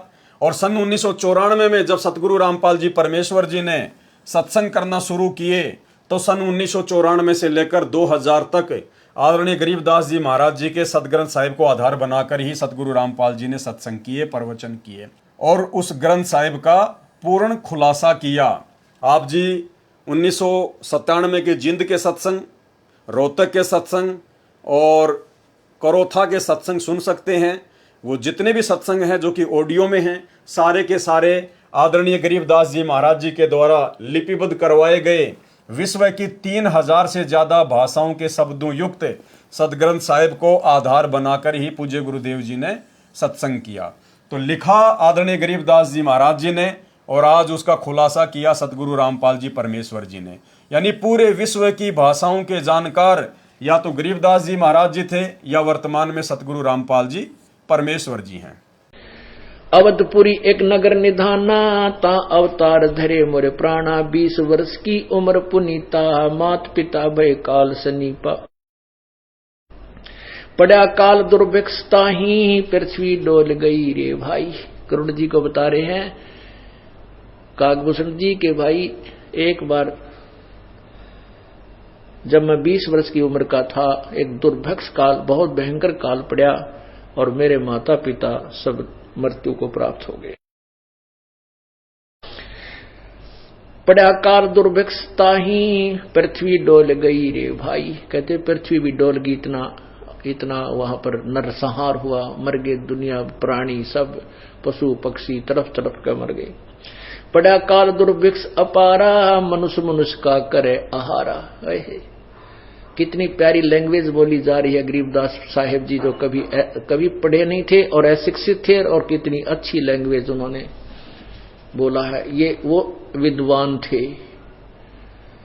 एक अक्षर एक कोई भाषा विशेष के जानकार होने से विद्वान नहीं होता। जैसे कोई संस्कृत जानता है तो उसको अंग्रेजी नहीं आती, वो किसा विद्वान, उसने फारसी नहीं आती, पंजाबी नहीं आती। तो कबीर, ये परमात्मा जो है गरीबदास जी महाराज और कबीर साहब जी प्रत्येक लैंग्वेज को जानते थे। पृथ्वी पर जितनी भी भाषा है वो सभी का इन अपनी लैंग्वेज में, अपनी अमर वाणी में प्रयोग किया हुआ है। तो इससे सिद्ध है कि ये विद्वान थे। अब भाई और बहनों, जब हमें इतनी बातों का पता चल रहा है, ऐसे ऐसे खुलासे हो रहे हैं, तो वह अपने कुछ बातों पर ध्यान देना होगा। जैसे गरीबदास जी के द्वारा लिखे गए उस सदग्रंथ साहिब का जब पाठ किया जाता है, तो वो पाठ कितने आदर और सम्मान के साथ में किया जाता है। उस ग्रंथ साहिब का, जिसकी हम केवल वाणियाँ पढ़ सकते हैं, उन वाणियों में क्या गूढ़ रहस्य है हम नहीं जान सकते। उसके बावजूद भी जब आश्रमों में उसका पाठ होता है, तो उस सदग्रंथ साहिब को कितने आदर और सम्मान के साथ में अपने हाथों में लेकर पाठ स्थल पर लाया जाता है, कैसे उसको ढक के रखा जाता है, कितना उसको इज्जत दी जाती है। तो ठीक इसी प्रकार भाई और बहनों, यही विशेष आदर और सम्मान वर्तमान में सतगुरु रामपाल जी परमेश्वर जी ने उसी सदग्रंथ साहिब से मुख्य वाणियां निकालकर हमें जो भक्ति बोध पुस्तक बनाकर दी है 3 समय की आरती के लिए, तो हमारा भी ये दायित्व बनता है, कर्तव्य बनता है कि हम इस पुस्तिका का विशेष तौर पर स्वच्छता का ध्यान रखें। हम अपने घर पर कहीं भी इस पुस्तक को ना फेंकें, कहीं भी ना रखें, झूठे हाथ वगैरह इस पुस्तक को हम ना लगाएं। यानी ये हमारे पूज्य गुरुदेव जी के द्वारा लिपिबद्ध सदग्रंथ साहिब है, तो हमने इसका विशेष आदर करना चाहिए। जिस प्रकार आदरणीय गरीबदास जी महाराज जी के द्वारा लिखे गए सदग्रंथ साहिब का आश्रमों में आदर किया जाता है, क्योंकि हमारे गुरु सतगुरु रामपाल जी परमेश्वर जी हैं। हमारा मोक्ष सतगुरु रामपाल जी परमेश्वर जी के द्वारा होना है। और यदि सतगुरु रामपाल जी परमेश्वर आदरणीय गरीबदास जी महाराज जी के द्वारा लिपिबद्ध करवाए गए सदग्रंथ साहिब का खुलासा नहीं करते, उसके ऊपर सत्संग नहीं करते, पुस्तकें नहीं लिखते, तो आज हमें कैसे पता चलता कि इन वाणियों का क्या महत्व है, कितना महत्व है, हम भक्तों ने भक्ति मार्ग पर कैसे रहना है, कैसे चलना है। तो भक्ति बोध जो पुस्तिका है, ये आप और हम सभी भगत भाई बहनों के लिए ये सदग्रंथ साहिब है। हमने इसका बहुत आदर करना है, सम्मान करना है, झूठे हाथ नहीं लगाने हैं, हर जगह हमने इस पवित्र पुस्तक को नहीं रखना है। उसके बाद में सदग्रंथ साहिब को जब पढ़ते हैं तो आपने देखा होगा जितने भी सतलोक आश्रम हैं उनमें या 2014 से पहले सतगुरु रामपाल जी परमेश्वर जी करोथा या बरवाला आश्रम में सत्संग किया करते थे। सत्संग के समय 3 दिन का पाठ चलता था उसी सदग्रंथ साहिब का। तो जब सदग्रंथ साहिब का पाठ किया जाता था तो जो पाठी होता था वो अपने सिर पर एक सफेद कपड़ा पहनकर उसका पाठ किया करता था। यानी जितने भी पाठी बारी बारी से सदग्रंथ साहिब का पाठ किया करते थे आश्रमों में या वर्तमान में करते हैं, तो आपने नोटिस किया होगा कि जो पाठी होते हैं वो अपने सिर पर एक सफेद वस्त्र डालकर ही पाठ करता है। तो वैसे हम सत्सेवक भाई बहन तो काफी लंबे समय से जब भी हम तीनों समय की आरती करते हैं भक्ति बोध पुस्तक को हाथ में लेकर, तो हम सभी भगत भाई बहन अपने अपने सिर पर सफेद जो कपड़ा है वो डालकर ही आरती करते हैं। और जो माता बहनें हैं जो अपने सर पर कोई चुन्नी वगैरह या वैसे दूसरा अपना कोई वस्त्र पहनती हैं, तो उनको अलग से कोई सफ़ेद वस्त्र अपने सिर पर डालने की आवश्यकता नहीं है। लेकिन जो पुरुष भगत हैं वो अपने सर पर सफ़ेद कपड़ा ओढ़ कर ही तीनों समय की आरती करते हैं, इन वाणियों का पाठ करते हैं। इसके अलावा आपने ये भी देखा होगा इन आश्रमों में कि जब जब आदरणीय गरीबदास जी के द्वारा लिपिबद्ध करवाए गए सदग्रंथ साहिब का पाठ किया जाता है तो पाठी अपने मुंह से बोलकर ही पाठ करता है। आदरणीय गरीबदास जी के सदग्रंथ साहिब को सामने रखकर जो पाठी होते हैं वो अपने मुंह से बोलकर पाठ करते हैं। तो भाइयों और बहनों, हमारा सदग्रंथ साहिब है भक्ति बोध, हमारे पूज्य गुरुदेव भगवान के द्वारा लिखा हुआ है। हमने भी केवल इसका पाठ करना है। देखो, अगर आप ध्यान से देखोगे, आप सबके घरों में भक्ति बोध पुस्तक है, उसके नीचे नीचे लिखा होता है, मेन पृष्ठ पर नीचे नीचे यहां लिखा होता है मूल्य नित्य नियम पाठ। यानी गुरुदेव भगवान ने जब हमें नाम दीक्षा दी, जब हमें नाम दीक्षा प्राप्त होती है तो उस समय हमारे को निःशुल्क ये भक्ति बोध मिलती है। और उस समय भाइयों और बहनों जब हम देखेंगे इस भक्ति बोध के यहाँ पर तो नीचे लिखा हुआ है मूल्य नित्य नियम पाठ।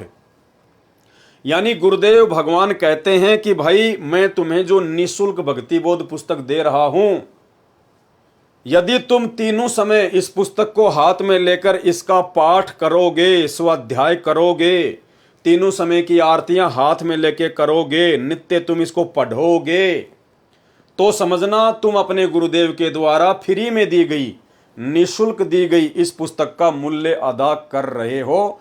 अन्यथा यदि आप ऑडियो वीडियो में आरती लगाकर सुनते हैं, अपना कोई काम भी करने लग जाते हैं, तो आप अपने गुरुजी के साथ में धोखा कर रहे हैं और खुद के साथ में बहुत बड़ा धोखा कर रहे हैं। दास आपको पहले ही बता चुका है, जो भगत भाई बहन नेत्रहीन हैं, जो अनपढ़ हैं, जो बुजुर्ग हैं, वो भाई बहन सतगुरु रामपाल जी परमेश्वर जी के मुख कमल से तीनों समय की आरतियां जो ऑडियो या वीडियो में डालकर दी हुई हैं वो कर सकते हैं। वो विशेष परिस्थितियों में ऐसे ही भगत भाई बहनों के लिए हैं, ना कि आम सामान्य भक्तों के लिए। लेकिन सतलोक आश्रमों से जुड़े हुए 90% भाई बहन सब गुरुदेव की ऑडियो वीडियो से ही आरतियां करते हैं, अपने दूसरे काम भी करते रहते हैं और उनकी आरतियां भी समाप्त हो जाती हैं। तो ये विधि परमेश्वर जी के भक्ति विधान के अकॉर्डिंग नहीं है। यदि आप सामान्य भगत हैं, आपको कोई परेशानी नहीं है, आप जी पढ़े लिखे हैं, तो फिर आपने परमेश्वर जी के विधि विधान अनुसार तीनों समय की आरती समय निकालकर भक्ति बोध पुस्तक को हाथ में लेकर ही पढ़ना है, इसका पाठ करना है। इसके अलावा आपने ये भी देखा होगा कि आश्रमों में जब जब ये 3 दिन का आदरणीय गरीबदास जी महाराज जी के सदग्रंथ साहिब का पाठ होता है तो पाठी बीच में बिल्कुल भी नहीं बोलता है और ना ही पाठी कोई दूसरा काम करता है। और यदि पाठी को कोई विशेष काम होता है, जैसे मान लीजिए उसको बाथरूम वगैरह जाना है या और कोई दिक्कत है, तो वो मुंह से बोलकर दूसरे को नहीं बुलाता, बल्कि वो ताली बजाएगा या फिर कोई बैल वगैरह होती है उसको बजाएगा। तो दूसरा जो पाठी होता है, जो उसका सहायक होता है, वो समझ जाता है कि हाँ इसको पाठ से उठना है, इसलिए मुझे ये बुला रहा है। तो हम भगत भाई बहनों ने भी ये विशेष तौर पर ध्यान रखना है, जब हम अपने गुरुदेव के द्वारा दिए गए अमर ग्रंथ का, सदग्रंथ साहिब का पाठ करते हैं, तीनों समय की आरती करते हैं, सुबह दोपहर शाम की, तो भाइयों और बहनों हमने बीच में आरतियां नहीं छोड़नी हैं। हमने छोटी छोटी बातों पे बीच में आरती को छोड़कर नहीं जाना है, और ना हमने कोई बातचीत करनी है। हमारा पूरा फोकस, हमारा पूरा ध्यान केवल आरती पर होना चाहिए, परमेश्वर जी की वाणियों पर होना चाहिए, शब्दों पर होना चाहिए। और यदि विशेष परिस्थिति में मान लीजिए आपको बाथरूम आ गया, या फिर मान लीजिए आप जी को फ्रेश होने जाना है, या और कोई विशेष कोई परिस्थिति उत्पन्न हो गई, तो परमेश्वर जी का विधान है आप जी पहले परमात्मा को दंडवत प्रणाम करें, परमात्मा से माफी मांगे, उसके बाद आप जी बीच में अपना वो काम करें यदि विशेष आवश्यक है तो, अन्यथा आपने अपनी आरती को संपूर्ण ही करना है। और इसके अलावा स्वच्छता का विशेष ध्यान रखना। तो भाइयों और बहनों, जिस प्रकार से सदग्रंथ साहिब को महत्व दिया जाता है, स्वच्छता को लेकर, साफ सफाई को लेकर, हर जगह उसको नहीं डाला जाता है, उसको एक कपड़े में जो है लपेट कर उसको जो है रखा जाता है, ताकि इसके ऊपर कोई मिट्टी वगैरह, कोई धूल वगैरह ना जमे। ठीक इस प्रकार हम भगत भाई बहनों ने भी आरती करने के बाद में स्वच्छ और साफ सुथरी जगह पर ही भक्ति बोध को रखना होता है। इसके अलावा भाइयों और बहनों, आदरणीय गरीबदास जी महाराज जी की जीवन लीला को समझने के लिए छोटे छोटे कुछ वीडियो हैं जो सतगुरु रामपाल जी परमेश्वर जी ने अपने सत्संगों में हमें सुनाए हैं। इन छोटे छोटे वीडियो को जब हम सुनेंगे जो आदरणीय गरीबदास जी महाराज जी की जीवन लीला के ऊपर हैं, उसके बाद हमें सतगुरु रामपाल जी परमेश्वर जी की वास्तविक स्थिति का और अच्छे से ज्ञान हो जाएगा कि सतगुरु रामपाल जी परमेश्वर कोई आम भगत, आम व्यक्ति या आम संत नहीं, बल्कि स्वयं सारी सृष्टि के रचनहार कुल मालिक कबीर परमेश्वर हैं। तो सबसे पहले आदरणीय गरीबदास जी महाराज जी के विषय में सतगुरु रामपाल जी परमेश्वर जी ने बताया कि गरीबदास जी महाराज जी ने बताया अपने सदग्रंथ साहिब में कि भाई ना तो कबीर परमात्मा माँ के गर्भ से आए, और भाई ना हमने माँ के गर्भ से जन्म लिया, ना हम माँ के गर्भ से आए। हम यानी गरीबदास जी कह रहे हैं कि ना तो कबीर जी का जन्म हुआ और ना हम माँ के गर्भ से आए। तो ये सत्संग आप जी सतगुरु रामपाल जी परमेश्वर जी के मुख कमल से सुनिए, और सुनने के बाद में फिर आपको पक्का यकीन हो जाएगा। भाई जब आदरणीय गरीबदास जी महाराज जी की माता भी थी, गरीबदास जी महाराज जी के जो है पिताजी भी थे, वो भी एक गांव में आए, उन्होंने लीला की माँ के गर्भ से जन्म लेने की, दुनिया की दृष्टि को धोखा देते हुए। गरीबदास जी महाराज जी ने शादी भी की, उन्होंने 6 बच्चे भी उत्पन्न किए, और उसके बाद भी वो कह रहे हैं कि भाई हम माँ के गर्भ से नहीं आए। तो भाइयों और बहनों, आपको सतगुरु रामपाल जी परमेश्वर जी का वही लीला में जीवन बहुत अच्छे से समझ में आएगा। जब गरीबदास जी महाराज जी ऐसी लीला 350 साल पहले कर सकते हैं, परमात्मा हो सकते हैं, तो भाइयों और बहनों फिर सतगुरु रामपाल जी परमेश्वर जी के परमात्मा होने में भला कहाँ दिक्कत है। तो सुनिए गुरुदेव भगवान के मुख कमल से।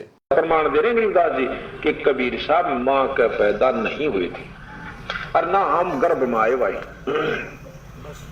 शब्द स्वरूपी रूप हम। इसके अलावा सतगुरु रामपाल जी परमेश्वर जी ने सत्संग में बताया कि ग्रंथ साहिब में लिखा हुआ है, जिसमें बीच बीच में आदरणीय गरीबदास जी महाराज जी ने यह प्रमाणित किया है कि मैं ही कबीर साहिब हूं, मैं कबीर परमात्मा हूं। आदरणीय गरीबदास जी ने स्वयं के विषय में प्रमाणित किया है कि मैं कबीर परमात्मा हूं। सुनिए छोटा सा सत्संग सतगुरु रामपाल जी के मुख कमल से, उसके बाद आपको यकीन हो जाना चाहिए कि जब गरीबदास जी महाराज जी ऐसी लीला करते हुए परमात्मा हो सकते हैं, बंदी छोड़ हो सकते हैं, तो सतगुरु रामपाल जी परमेश्वर जी के तो परमात्मा होने में कोई संशय ही नहीं है। हम ही दिल दरिया हैं बाई, हम ही बिंदु सिंध गर्क छाई, हम ही लहर तरंग उठावें, हम प्रगट हम ही छिप जावें, हम ही गुप्त गुज गंभीरा, हम ही अवगत हमें कबीरा। अब बंदी छोड़ा अपना भी भेद दें गरीबदास जी कि मैं कबीर हूं और भाई मैं पूर्ण ब्रह्म परमात्मा हूं। या गरीबदास जी भी यही प्रमाण यानी गुप्त रूप में कभी कहीं कहीं अपना प्रमाण दे जाते हैं। हम ही मुर्जी व मैदानी, हम ही शब्द महोदद खानी, हम ही गर्जें हम ही बरसें, हम ही कुल्प जड़ें हम नरखें, हम ही कुची हम ही ताला, हम ही मानक हीरे लाला, हम ही श्राप जौहरी कैया, हमरे हाथ लेखनी बैया। मेरे हाथ में सारे कर्म हैं आपके, हाथ का तात्पर्य कि मैं कहूंगा जब इनकी पार नहीं बसाओगी, ना ब्रह्मा की, ना विष्णु की, ना निरंजन की, जब मेरे हाथ में कलम मेरे हाथ में है और उसी समय पकड़ के न्यू कर दूंगा पूरी बही का ऊपर का, चल भाई आ जाओ मार। जिसने सार नाम ले लिया और सार शब्द पूरे अपने मारे संत ने ले लिया और उसकी फिर मर्यादा में गुरु शिष्य की जो मर्यादा होती है उसमें रहे, जब जाकर बात बनेगी। वो नहीं नाम ले लिया गुरु की तर आपकी तो मरो बुलाए तो भी ना आवे, हुआ बात नहीं भाई। कति सरदड़ की बाजी ला दे। महाराज कहे सर्वस सौंप देत साहेब को काज जिनों के सरिया, जो सर्वस कहते हैं मम संत मुझे जान मेरा स्वरूपम, मेरे संत को मेरा ही स्वरूप समझना। जब बात बनी इन्हों ना सोचियो कि मैं न सोचो कबीर बन गया ना, मैं तो बताऊं सुन के नियम है ये, आगे थारी मर्जी तुम क्या सोचो क्या करो कैसे करो, ये नियम संविधान बता रहे हैं उनके। हम ही भगली हम ही कोतवाल हम ही काजी, हम ही भगले गुरु हैं बाजी, ये सब खेल हमारे किए हमसे मिले सुनिश्चय जिए। ये सब हमारे खेल बनाए हुए से, निरंजन हमने बनाया और ये किस ब्रह्मंड इसको बनाकर हमने दिया, नो कहा हमसे मिले सो निश्चय जिए। इसके अलावा भाइयों और बहनों, आपने आदरणीय गरीबदास जी महाराज और राम राय जी के ऊपर एक सत्संग सुना होगा, झूमकरा का अंग। झूमकरा तत्व ज्ञान कोई ना कह रे झूमकरा, ये पैसे ऊपर नाच सुनो रे झूमकरा। यानी गुरुदेव भगवान ने सत्संगों में बताया और गरीबदास जी के सदग्रंथ साहिब में भी लिखा हुआ है कि पंजाब से एक व्यक्ति गरीबदास जी के भगत के मुख कमल से सुबह का नित्य नियम सुनकर बड़ा प्रभावित हुआ और उन्होंने गरीबदास जी महाराज जी का पूरा एड्रेस ले लिया कि ऐसे महापुरुष से तो मिलना चाहिए। और वो राम राय नाम का व्यक्ति, राम राय उर्फ झूमकरा, गांव में उसको झूमकरा कहा करते थे, वो गरीबदास जी से मिलने के लिए आ जाता है। और उस सारी कहानी का आप और हमें पता है कि किस प्रकार से वो गरीबदास जी से मिलने के लिए इतना आतुर था कि वो उनसे मिलने के लिए खेतों में चल पड़ता है। उधर से आदरणीय गरीबदास जी महाराज जी आ रहे थे अपने सिर पर पशुओं का चारा लेकर, भरोटा लेकर। अब गरीबदास जी तो अंतर्यामी थे, जानी जान थे, परमात्मा थे। उनको मालूम था कि इस भगत के मन में साधु संत महात्माओं की जो वेशभूषा है वो अलग ही प्रकार की है। वो ये सोचकर आया था कि कोई बहुत पहुँचे हुए महात्मा होंगे, सिर पर या तो बड़ी बड़ी जटा होगी, चेहरे पर बड़ी बड़ी दाढ़ी मूंछ होगी, या बिल्कुल साफ करवा रखा होगा, पीताम्बर पहन रखा होगा, भगवा पहन रखा होगा, कान वगैरह छिदवा रखे होंगे, धूणा वगैरह लगा के बैठता होगा। तो ऐसी धारणा राम राय के मन में थी गरीबदास जी से मिलने से पहले। तो गरीबदास जी तो जानी जान थे, अंतर्यामी परमात्मा थे, वो तो समझ गए उस बात को कि अगर मैंने अभी इसको कह दिया कि मैं हूं गरीबदास, तो ये यहीं से वापस पंजाब चला जाएगा, मेरी एक बात नहीं सुनेगा। तो गरीबदास जी ने कहा कि चलो जी मैं मिलाता हूं आपको गरीबदास जी से, और राम राय को लेकर वापस अपने घर पर आ गए। घर पर आने के बाद में उनके जो भगत थे आदरणीय गरीबदास जी के, वो उनके लिए नहाने के लिए पानी वगैरह की व्यवस्था करने लगे। तो राम राय ने पूछा भाई गरीबदास कौन सा है? तो एक भगत ने कहा रे बावड़े यही तो है जो तेरे साथ में आया है, यही तो है महाराज जी। तो राम राय का तो सिर चकरा गया, माथा पकड़ लिया, बोला भाई खोदा पहाड़ निकली चुहिया, ये महाराज, इसको किसने महाराज बना दिया, किसने साधु बना दिया? ये तो मेरे जैसा किसान है, इसके पास में ज्यादा जमीन होगी, मेरे पास में थोड़ी जमीन है। उसके बाद आदरणीय गरीबदास जी महाराज जी ने अपने सभी सेवकों को काम पर लगा दिया और नहाने के लिए जो बाल्टी रखी हुई थी वो नहाने लग गए। नहाने के बाद में जब वो अपनी धोती बांधने लगे तो आदरणीय गरीबदास जी महाराज जी ने अपनी उंगली पर चोट लगने का अभिनय करते हुए पास में बैठे हुए झूमकरा उर्फ राम राय से कहा कि वे राम राय मेरी उंगली के चोट लग गई, मेरी धोती के गांठ लगा दे, यानी मेरी धोती बांध दे।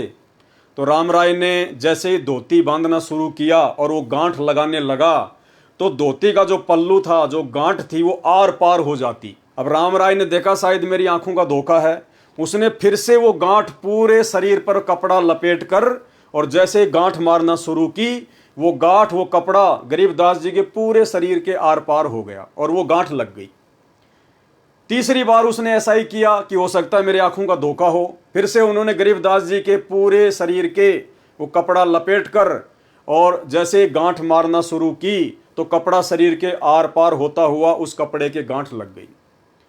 फिर राम राय ने ऊपर देखा तो राम राय जी श्री विष्णु जी के भगत थे, विष्णु जी की भक्ति किया करते थे और परमात्मा का विधान है कि इस मोक्ष के टाइम से पहले, इस बिचली पीढ़ी वाले समय से पहले जो भी भगत जिस भी भगत की, अवतार की या किसी की भी वो पूजा करता है अपना इष्ट मानकर, परमात्मा उसी रूप में उसको दर्शन दिया करते थे। तो जैसे ही झुमकरा ने ऊपर देखा, क्योंकि गरीबदास जी ने कहा, अरे भाई झुमकरा क्या हुआ, अरे मैं तो तेरे जैसा एक किसान हूं, तेरे जैसा जमींदार हूं, तेरे से गांठ क्यों नहीं लग रही। तो जब झुमकरा ने ऊपर देखा तो विष्णु जी के रूप में आदरणीय गरीबदास जी ने उनको दर्शन दिए, और उस समय उनको अपनी गलती का एहसास हुआ कि ये तो स्वयं परमात्मा है, ये तो भगवान है, मैं ही धोखे में था।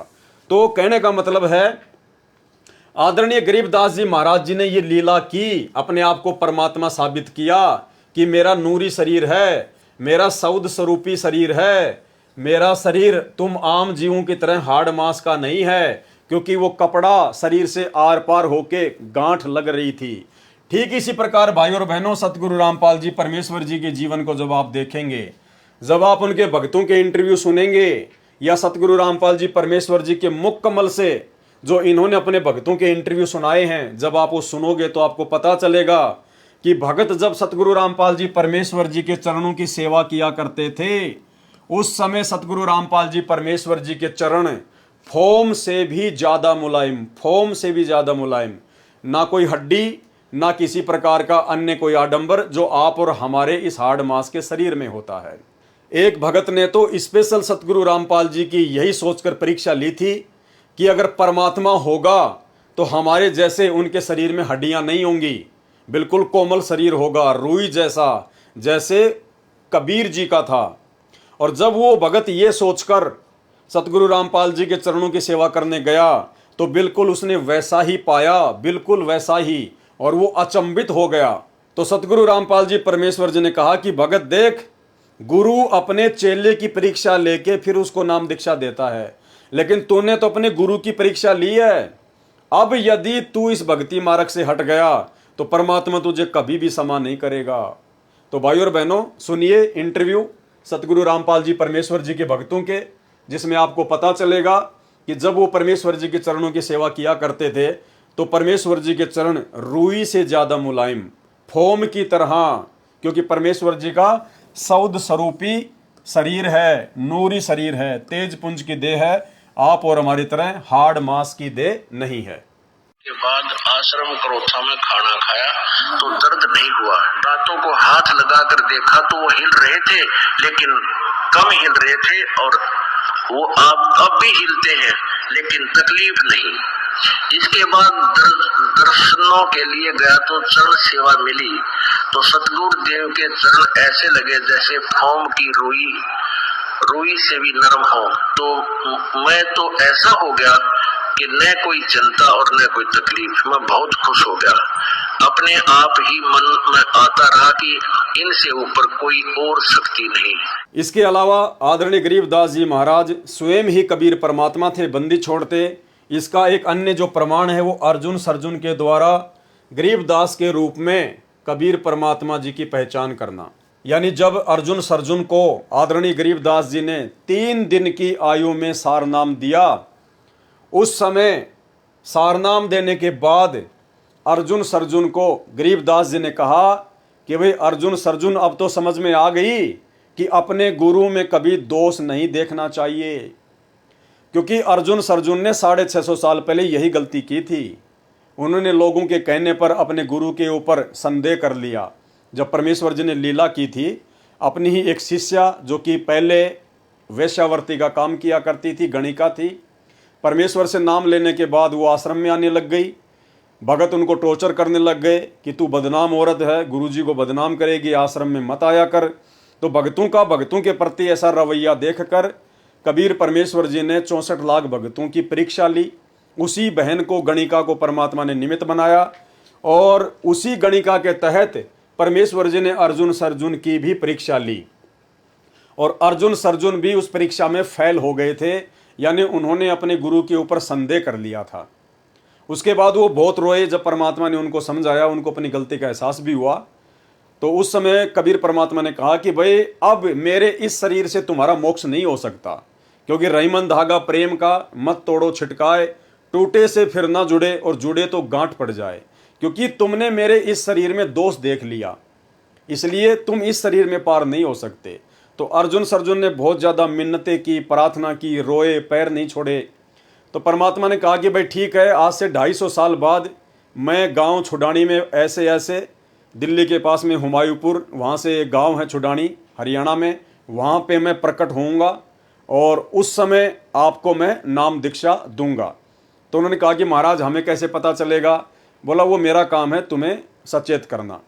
तो जब गरीबदास जी महाराज जी आए, कबीर परमात्मा गरीबदास जी के रूप में गांव छुडानी में सन 1717 में आए, और जब 3 दिन के ही थे शिशु रूप में, उसी समय उन्होंने सौपन के माध्यम से अर्जुन को संदेशा दिया कि भाई मैं आ चुका हूं, आ जाओ। अर्जुन आए और मात्र 3 दिन की आयु में आदरणीय गरीबदास जी महाराज जी ने रानी माता को गहरी नींद में सुला दिया और मात्र 3 दिन की आयु में अर्जुन को सार नाम दिया। और वो 250 साल के अर्जुन आदरणीय गरीबदास जी के पैरों में पड़कर रोने लगे। उस समय 3 दिन की आयु के उस बच्चे आदरणीय गरीबदास जी महाराज जी ने कहा कि अर्जुन समझ में आ गई कि अपने गुरु जी पर कभी भी संदेह नहीं करना चाहिए, अपने गुरु में कभी भी दोष नहीं देखना चाहिए। तो ये एक प्रमाण है कि गरीबदास जी के रूप में अर्जुन ने अपने गुरु कबीर परमात्मा को पहचाना। तो आप जी सुनिए ये छोटा सा शब्द जिसकी एक चौपाई, जिसमें परमात्मा ने कहा है कि अर्जुन ने पहचान लिया और छुडानी में दर्शन आन किया। अर्जुन ने पिछान लिए, छुडानी में दर्शन आन किए। अर्जुन ने पहचान लिया, छुडानी में दर्शन आन की। रानी नंदन हमने जान लिए, बल राम पिता जनाया है। भक्ति की भिक्षा दे, मीद कटोरा लाया है। सत कबीर दवारे, तेरे पैक दास भिखारी आया है। तो भाइयों और बहनों, ठीक इसी प्रकार जैसे अर्जुन और सरजुन ने कबीर जी को आदरणीय गरीबदास जी के रूप में पहचान लिया था, ठीक इसी प्रकार आज हजारों की संख्या में सत्सेवक भाई और बहनों ने अपने उसी कबीर परमात्मा को, जो 650 साल पहले आए थे, हमारे गुरु थे, जो आज सतगुरु रामपाल जी परमेश्वर जी के रूप में पुण्य धरती पर प्रकट हो चुके हैं, हमारा उद्धार करने के लिए, हमसे भक्ति करवाने के लिए। तो आज हजारों की संख्या में सत्सेवक भाई बहनों ने अपने कबीर परमात्मा को पहचान लिया है सतगुरु रामपाल जी परमेश्वर जी के रूप में। इसके अलावा जिस प्रकार से आदरणीय गरीबदास जी महाराज जी को, जो कि 300 साल पहले धरती पर सशरीर प्रकट थे, जिनको दुनिया पहचान नहीं पाई और ना पहचानने के चलते दुनिया ने उनमें 100 नुक्स निकाले, 100 नुक्स। इसके ऊपर सतगुरु रामपाल जी परमेश्वर जी ने अपने सत्संग भी किया हुआ है। छोटा सा सत्संग 2 मिनट का सुन लीजिए, जिसमें गुरुदेव भगवान ने कहा है कि गरीबदास जी महाराज जी को ना पहचान कर दुनिया ने उनमें 100 नुक्स निकाले, उनको बावड़ा कहा, उनको पागल कहा, ना जाने क्या क्या उपाधियां उनको दी। और भोग की आरती के शब्द में हम पढ़ते हैं कि जीव जो ना सत्संग में आया, भेद ना उसे भजन का पाया। गरीबदास जी को भी बावड़ा बताया, क्या कर ले इस दुनिया शानी का। उसके बाद आपको यकीन हो जाना चाहिए कि दुनिया तो ऐसी ही है, दुनिया का काम है केवल नुक्स निकालना। लेकिन जिन आत्माओं को ज्ञान समझ में आ गया, जो परमात्मा के विशेष हीरे मोती लाल हैं, जिन आत्माओं के लिए परमात्मा युगों युगों से भटक रहा है, वो आत्मा अपने परमेश्वर जी को पहचान चुकी हैं, जान चुकी हैं, सतगुरु रामपाल जी के रूप में उनकी पहचान कर चुकी हैं। तो सुनिए आदरणीय गरीबदास जी महाराज जी के विषय में दुनिया वालों के विचार, और उसके बाद में यही स्थिति आज सतगुरु रामपाल जी परमेश्वर जी के प्रति लोगों की बनी हुई है, उनकी आध्यात्मिक ना समझी के चलते। गुरु को अपना शिष्य प्यारा हो है, अगर कोई शिष्य हो तो इसलिए अपने हंस को निकालन की खातिर कितने दुख पाए, कोरडे खाए, बांदी बन गए, और हम नीच आत्मा फिर भी नहीं समझ पाते। फिर जब गुरु के रूप में कोई आता है संत, उसको फिर ऐसे ही व्यक्ति उसमें 100 कसूर और उसमें 100 प्रक्रिया उल्टी मानकर उसकी निंदा करके अपना कर्म और धर्म नष्ट कर जाते हैं। गरीबदास जी महाराज आए तब भी उसमें लोगों ने, हमारे जैसी नीच आत्माएं उस समय भी रही होंगी, पता नहीं उनके बारे में क्या क्या होगा। दुनिया को ठगता है, ऐसे करता है, गुमराह करता है, ये कहां से ज्ञान लिया एक धोती कुर्ते वाला। आज उसी गरीबदास के आगे नाक रगड़ रगड़ के अपनी मन्नत पूरी की करवाई जा रही है।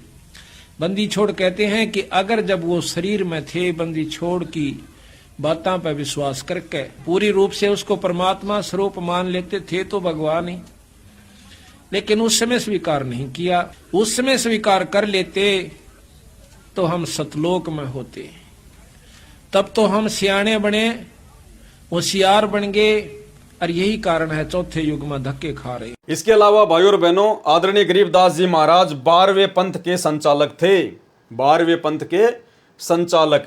और दूसरी तरफ सतगुरु रामपाल जी परमेश्वर जी उसी 12वें पंथ में आगे चलकर 17 फरवरी 1988 को आए और सन 1994 से उन्होंने यथार्थ 13वां कबीर पंथ शुरू किया। यानी गरीबदास जी ने 12वें पंथ को शुरू किया और उसी 12वें पंथ में अपनी वाणी के अकॉर्डिंग कि 12वें पंथ हम ही चल आवें, सब पंथों को मिटाकर एक ही पंथ चलावें। 650 साल पहले कबीर जी ने धर्मदास जी से कहा था, कबीर सागर में लिखा हुआ है कि 12वें पंथ में हम ही चलावें। यानी गरीबदास जी के द्वारा जो 12वां पंथ चलाया जाएगा, उस 12वें पंथ में आगे चलकर मैं कबीर स्वयं ही आऊंगा और एक नया 13वां कबीर पंथ चलाऊंगा। तो 17 फरवरी 1988 को परम पूज्य परमेश्वर सतगुरु रामपाल जी एक आम भगत की भूमिका करते हुए और एक अच्छी आत्मा आदरणीय राम देवानंद जी को अपना मुंह बोला गुरु बनाते हुए इन्होंने 12वें पंथ में प्रवेश किया 17 फरवरी 1988 को। और सन 1994 से नाम दीक्षा देना शुरू करके इन्होंने यथार्थ 13वें कबीर पंथ को शुरू किया।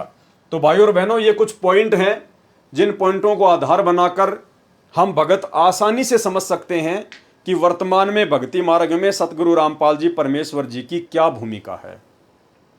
और जब तक हमें अपने गुरु जी पर संदेह होगा, जब तक हमें अपने गुरु पर शंका होगी कि क्या पता मेरे गुरु जी खुद परमात्मा है या नहीं है, क्या पता मेरे गुरु जी कबीर जी के द्वारा भेजे गए को संत हों, कबीर जी के दास हों, कबीर जी के प्रतिनिधि हों, अगर इस प्रकार की ऊंच नीच वाली भावना भगत के अंदर रहेगी, वो भगत कभी भी भक्ति मार्ग पर सफल नहीं हो पाएगा।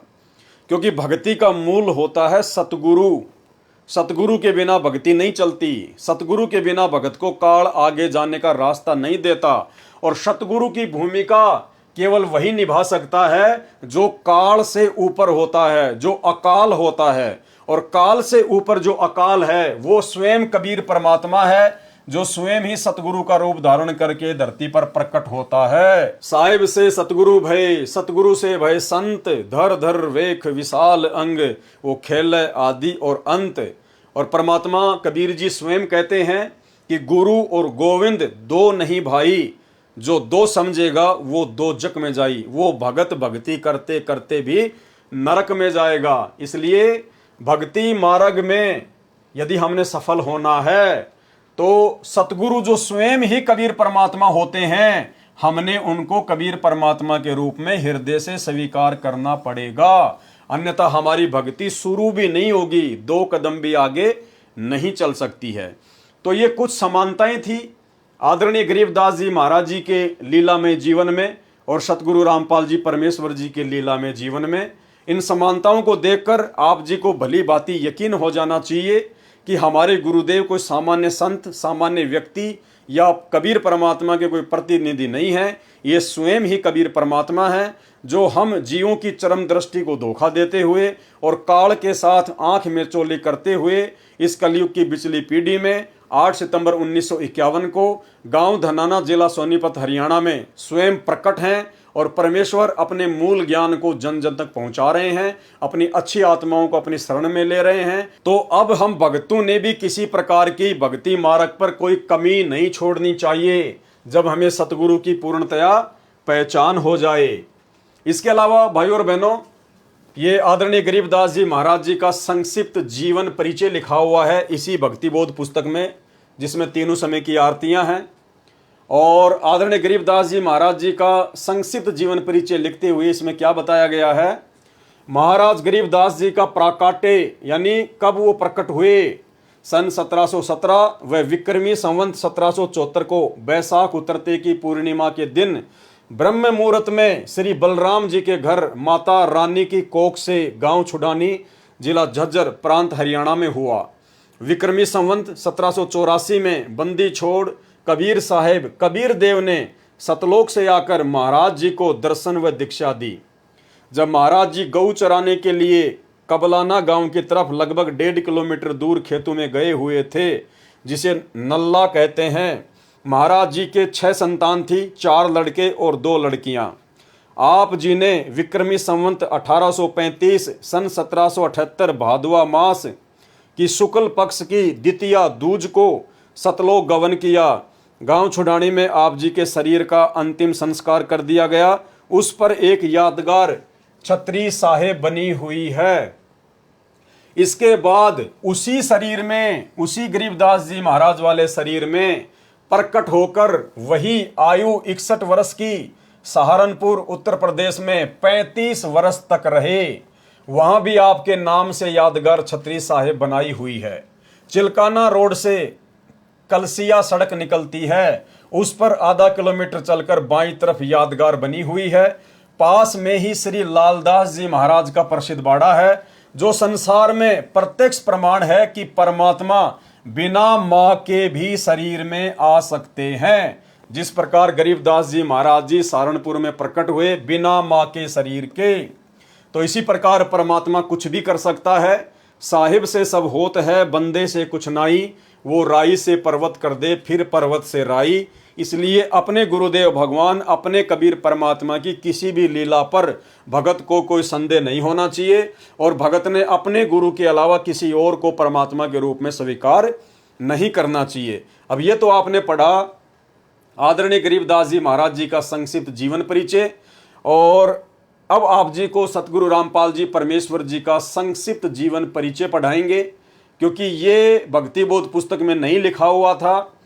ये केवल साध संगति से जुड़े हुए सत्सेवक भाई बहनों ने जो नई भक्ति बोध पुस्तकें छपवाई हैं उनमें लिखा है। क्यों लिखा है? क्योंकि अब हमें सतगुरु रूप में आए हुए सतगुरु रामपाल जी परमेश्वर जी की पहचान हो चुकी है, और पहचान होने के बाद भगत केवल अपने गुरु की ही विशेष महिमा करेगा। तो अपने गुरुदेव भगवान की विशेष महिमा के अंतर्गत साध संगति से जुड़े हुए सत्सेवक भाई बहनों ने कुछ वाणियां लिखकर अपने गुरुदेव के चरणों में समर्पित करके और इस भक्ति बोध पुस्तक में लिखी हैं। पूर्ण परमेश्वर सतगुरु रामपाल जी भगवान का संक्षिप्त जीवन परिचय।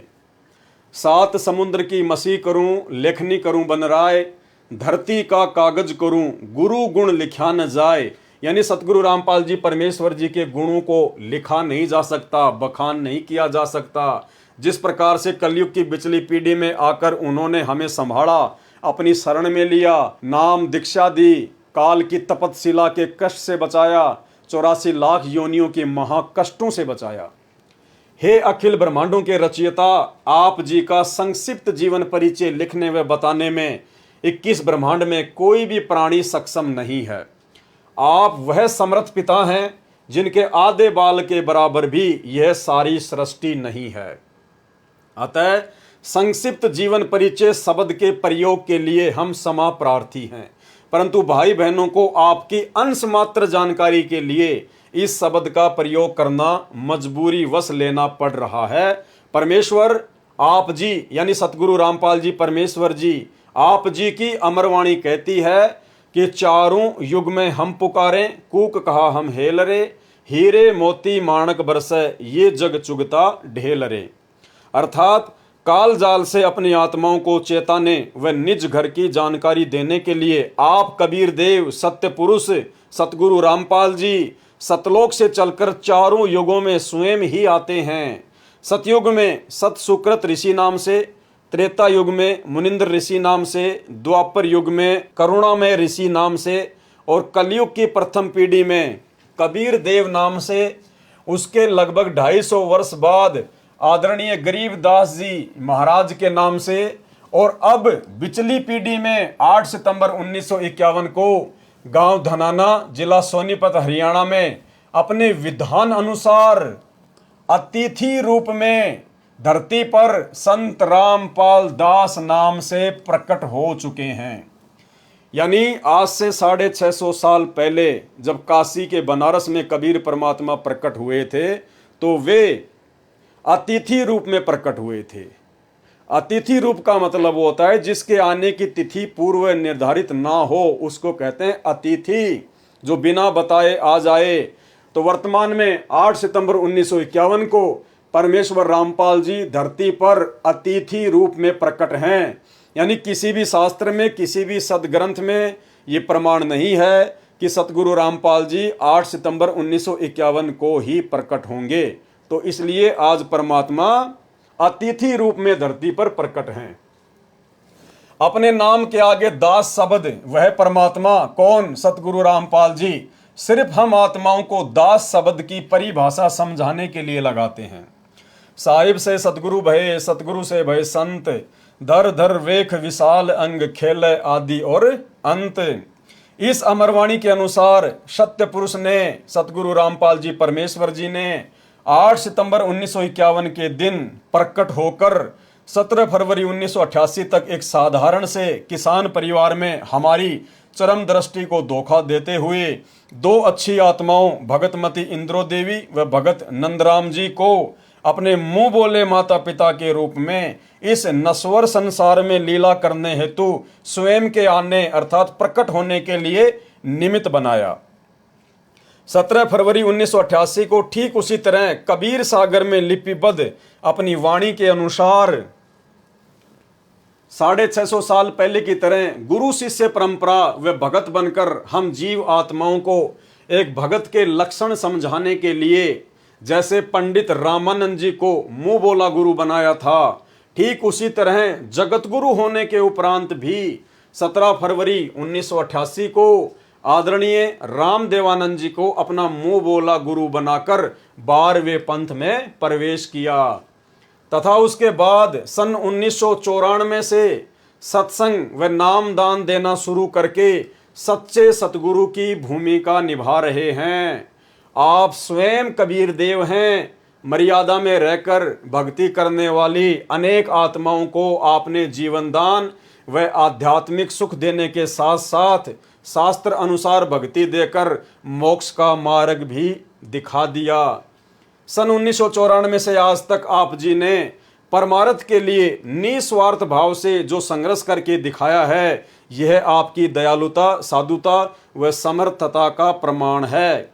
वेदों में लिखित अपनी महिमा व गुणों को सत्य साबित करने के लिए कि वह परमात्मा कमल के विकसित फूल पर शिशु रूप में प्रकट होकर कुंवारी गाय के दूध से अपनी परवरिश करवाता है। वह परमात्मा मुर्दों को जीवन देकर 100 वर्ष की उम्र प्रदान कर सकता है, निर्धन को धन देकर सुखी कर सकता है, कोढ़ी व रोगी को स्वस्थ करके नया जीवन दे सकता है, वह बांझ को पुत्र तथा अंधे को आंख दे सकता है, आदि आदि वेदों में वर्णित महिमा को यथार्थ रूप देने के लिए चारों युगों में मात्र एक एक जीवन किसी तालाब में विकसित कमल के फूल पर शिशु रूप में प्रकट होने की लीला करते हैं। अन्यथा आप जी परमेश्वर सतगुरु रामपाल जी भगवान को किसी तालाब या कमल के फूल या शिशु रूप में प्रकट होने की कोई आवश्यकता नहीं है। आप जी जब चाहें, जहां चाहें, जिस रूप व अवस्था उम्र में प्रकट होना चाहे हो सकते हैं। जैसे नानक जी को बेई नदी व धर्मदास जी को मथुरा में जिंदा महात्मा के रूप में प्रकट होकर ज्ञान समझाया। 1392 में प्रकट होकर तैमूर लंग को 7 पीढ़ी के राज्य का आशीर्वाद दिया। लगभग 300 वर्ष पहले आदरणीय गरीबदास जी महाराज जी के रूप में प्रकट होकर सदग्रंथ साहिब की रचना की तथा छुडानी गांव में गंगा जी को प्रकट करने तक की अद्भुत लीला की। लगभग 60-65 वर्ष तक छुडानी से निर्वाण होने के बाद 35 वर्ष तक उसी रूप में सहारनपुर उत्तर प्रदेश में अपने प्रिय भगत भूमड़दास सैनी के बाग में रहने की लीला की और आज साक्षात अपने वास्तविक सतलोकीय स्वरूप में सतगुरु रामपाल जी के नाम से 8 सितंबर 1951 से हम सबके समक्ष प्रकट हैं। हे जगन्नाथ, आपकी लीला अद्भुत है। हे अविगत परमेश्वर, आप जी की गति को कौन जान सकता है। हे देवों के देव महादेव, आप जी स्वयं अपनी कृपा व आशीर्वाद से अपनी समर्थता व गति का अंश मात्र आभास करवाकर दया करते हैं। हे दयालु परमेश्वर, अपनी भोली व नासमझ साध संगत पर अपनी प्रेम दृष्टि, आशीर्वाद व कृपा दृष्टि बनाए रखना हमारी आप जी से दंडवत प्रार्थना है कि हमारे अंदर भक्ति, कसक व चाहत बनी रहे। हे प्रभु, इतनी दृढ़ता भी देना, चाहे ब्रह्मा विष्णु महेश काल व दुर्गा भी हमें आपकी सत भक्ति से विचलित करना चाहें तो भी हम डगमग ना हों। मन चाहता है इस तुच्छ जिव्या से ऐसे ही आपकी महिमा का बखान करते रहें, लेकिन आप अंतर्यामी की महिमा का बखान करने में हम जीव पूर्णतया सक्षम नहीं हैं। बंदी छोड़ सतगुरु रामपाल जी परमेश्वर जी। तो भाइयों और बहनों, कोई शंका हमारे अंदर नहीं रहनी चाहिए कि वर्तमान में सतगुरु रामपाल जी के रूप में साक्षात कबीर परमात्मा नहीं होंगे। स्वयं कबीर परमात्मा ही बैठे हैं। बस आप और हमारी चरम दृष्टि को धोखा देते हुए परमेश्वर इस काललोक में लीला कर रहे हैं, क्योंकि परमेश्वर अपने तत्व ज्ञान से आप और हमारे से हमारी आत्मा की आंखों को खोलकर अपनी पहचान करवाना चाहते हैं और हम भक्तों ने जल्द से जल्द अपने प्रभु की पहचान कर लेनी चाहिए। इसके अलावा भाइयों और बहनों, सतगुरु रामपाल जी परमेश्वर जी की महिमा के अंतर्गत एक भगत है हरियाणा से, सुरेश दास, जो कि सतगुरु रामपाल जी परमेश्वर जी के चाचा का लड़का है। और उनका ये इंटरव्यू है जो ज्ञानगंगा पुस्तक के पेज नंबर 301 पर छपा हुआ है। इस इंटरव्यू को पढ़ने के बाद भी आपकी आंखें खुलेंगी कि सतगुरु रामपाल जी परमेश्वर आप और हमारी तरह कोई हार्ड मास के शरीर वाले सामान्य व्यक्ति या सामान्य संत महात्मा नहीं है। ये सौद स्वरूपी राम है। ये जब चाहें जहां चाहें अपने भगत के लिए प्रकट हो सकते हैं। और वही अद्भुत लीला परमेश्वर ने श्री सुरेश जी के बच्चे के साथ में की। तो चलिए हम परमेश्वर की महिमा पढ़ते हैं, इससे भी हमारी को दृढ़ता मिलेगी। ये ज्ञानगंगा पुस्तक का पेज नंबर 301 है। 11,000 वोल्टेज के तार से छुड़वाना, यानी 11,000 वोल्टेज की जो लाइन होती है बिजली की, यदि व्यक्ति उससे टच हो जाए तो व्यक्ति का जीना मुश्किल होता है, जीना मुश्किल। और यदि किसी प्रकार से वो जी भी गया तो पूरा जीवन खाट पर व्यतीत करता है, खाट पर। 11,000 वोल्टेज की लाइन तो 1 फुट से आदमी को खींच लेती है। मैं भगत सुरेश दास, पुत्र श्री चांदराम, निवासी गांव धनाना, जिला सोनीपत, जो कि फिलहाल शास्त्री नगर रोहतक हरियाणा का निवासी हूं। सतगुरु जी से नाम उपदेश लेने से पहले मेरे घर की आर्थिक स्थिति बहुत कमजोर थी। परिवार का कोई भी ऐसा सदस्य नहीं था जो कि कभी बीमार न रहता हो। मेरी पत्नी को भूत प्रेत बहुत ही ज्यादा परेशान करते थे। इतना कष्ट रहने के बावजूद हम देवी देवताओं की बहुत पूजा करते थे तथा मेरी हनुमान जी में बहुत ज्यादा आस्था थी।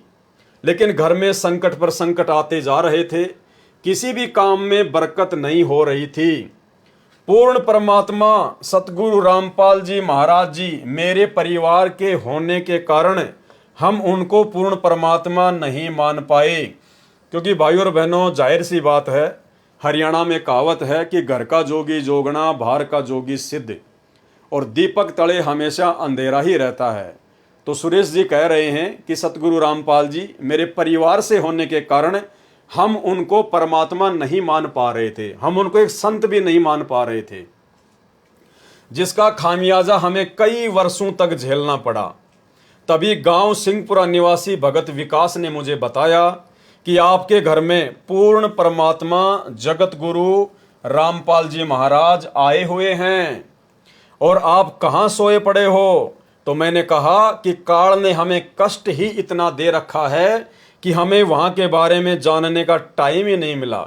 सारा समय डॉक्टरों के चक्कर काटने में चला जाता है, ऊपर से आर्थिक तंगी भी बहुत रहती है। उस भगत ने मुझे काफ़ी समझाया पूर्ण परमात्मा की ऐसी दया हुई कि मैं संत रामपाल जी महाराज से नाम उपदेश लेने के लिए अक्टूबर 2010 में सतलोक आश्रम बरवाला में पहुंचा। नाम उपदेश लेने के बाद सतगुरु रामपाल जी ने अपना दया का पिटारा खोल दिया और मुझे वो सुख अनुभव होने लगे जिनका वर्णन इस जुबान से कर पाना बहुत मुश्किल है। मेरी पत्नी को भूत प्रेत सता रहे थे। सतगुरु देव जी की दया से अब वह पूर्ण रूप से ठीक है। 7 सितंबर 2011 को, अब ध्यान से सुनना भगत भाई बहनों, क्योंकि इस घटना से अब ये प्रमाणित होगा कि सतगुरु रामपाल जी परमेश्वर सौद स्वरूपी हैं। वे जब चाहें जहां चाहें प्रकट हो सकते हैं। 7 सितंबर 2011 को मेरा लड़का मोहित, उम्र 12 साल, जो कि मेरे कहने पर मिस्त्री को बुलाने के लिए गया था, मेरा लड़का मिस्त्री के मकान की छत पर चढ़ गया तथा छज्जे पर चला गया। छज्जे के साथ ऊपर 11,000 वोल्टेज के बिजली के तार थे। लड़के तथा तारों के बीच में केवल 1 फुट की दूरी थी। जब वह उनके नजदीक गया तो तारों ने लड़के को खींच लिया और लड़के के सिर पर तार चिपक गया तथा 1 इंच गहरा घुस गया। वह मुंह जल गया और बिजली सारे शरीर में प्रवेश करके पैर के अंगूठे की हड्डी को तोड़कर निकलने लगी।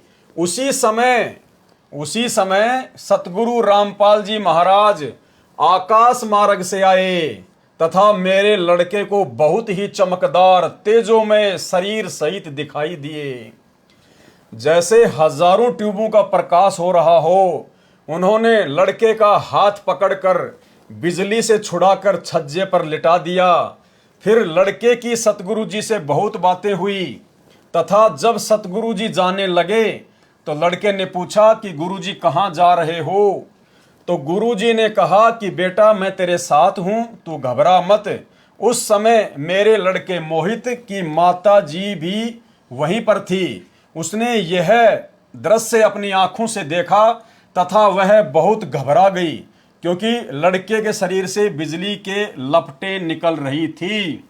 यानी परमेश्वर सतगुरु रामपाल जी जो उस समय किसी आश्रम में बैठे हुए थे, तुरंत परमेश्वर अपने भगत की रक्षा करने के लिए पहुंच गए।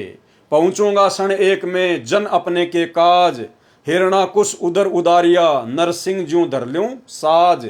तो ये परमेश्वर है, नूरी शरीर है, सौद स्वरूपी राम है, स्वयं ये बंदी छोड़ है। और ऐसे ऐसे ना जाने कितने करतब, कितनी लीलाएं, कितने इस प्रकार के अद्भुत ये करिश्मे सतगुरु रामपाल जी परमेश्वर जी ने जब से उन्होंने अपना 13वां पंथ शुरू किया है सन 1994 से, ना जाने कितनी अद्भुत लीलाएं परमेश्वर ने अपने भक्तों के साथ में की हैं।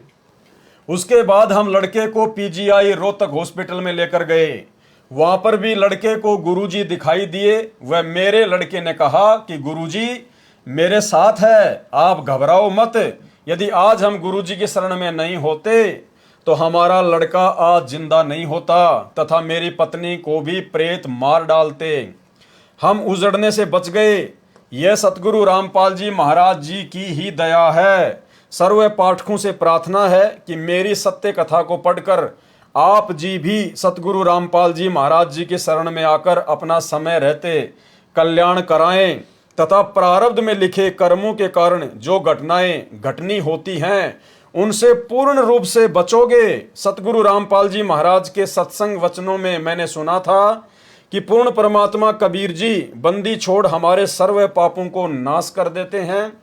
ऐसा ही प्रमाण ऋग्वेद मंडल 10 सूक्त 161 मंत्र 2 में तथा मंडल 9 सूक्त 80 मंत्र 2 में भी लिखा है कि यदि किसी रोगी की प्राण शक्ति क्षीण हो चुकी है, जिस प्रकार भगत सुरेश दास के बच्चे मोहित की जो प्राण शक्ति थी वो खत्म हो चुकी थी, उसके बाद मोहित का जीवन शेष नहीं था तथा उसकी आयु भी शेष न रही हो, तो उसके प्राणों की रक्षा करूं तथा उसे 100 वर्ष आयु प्रदान करके अर्थात उसकी आयु बढ़ाकर साधक को सर्व सुख प्रदान करता हूं।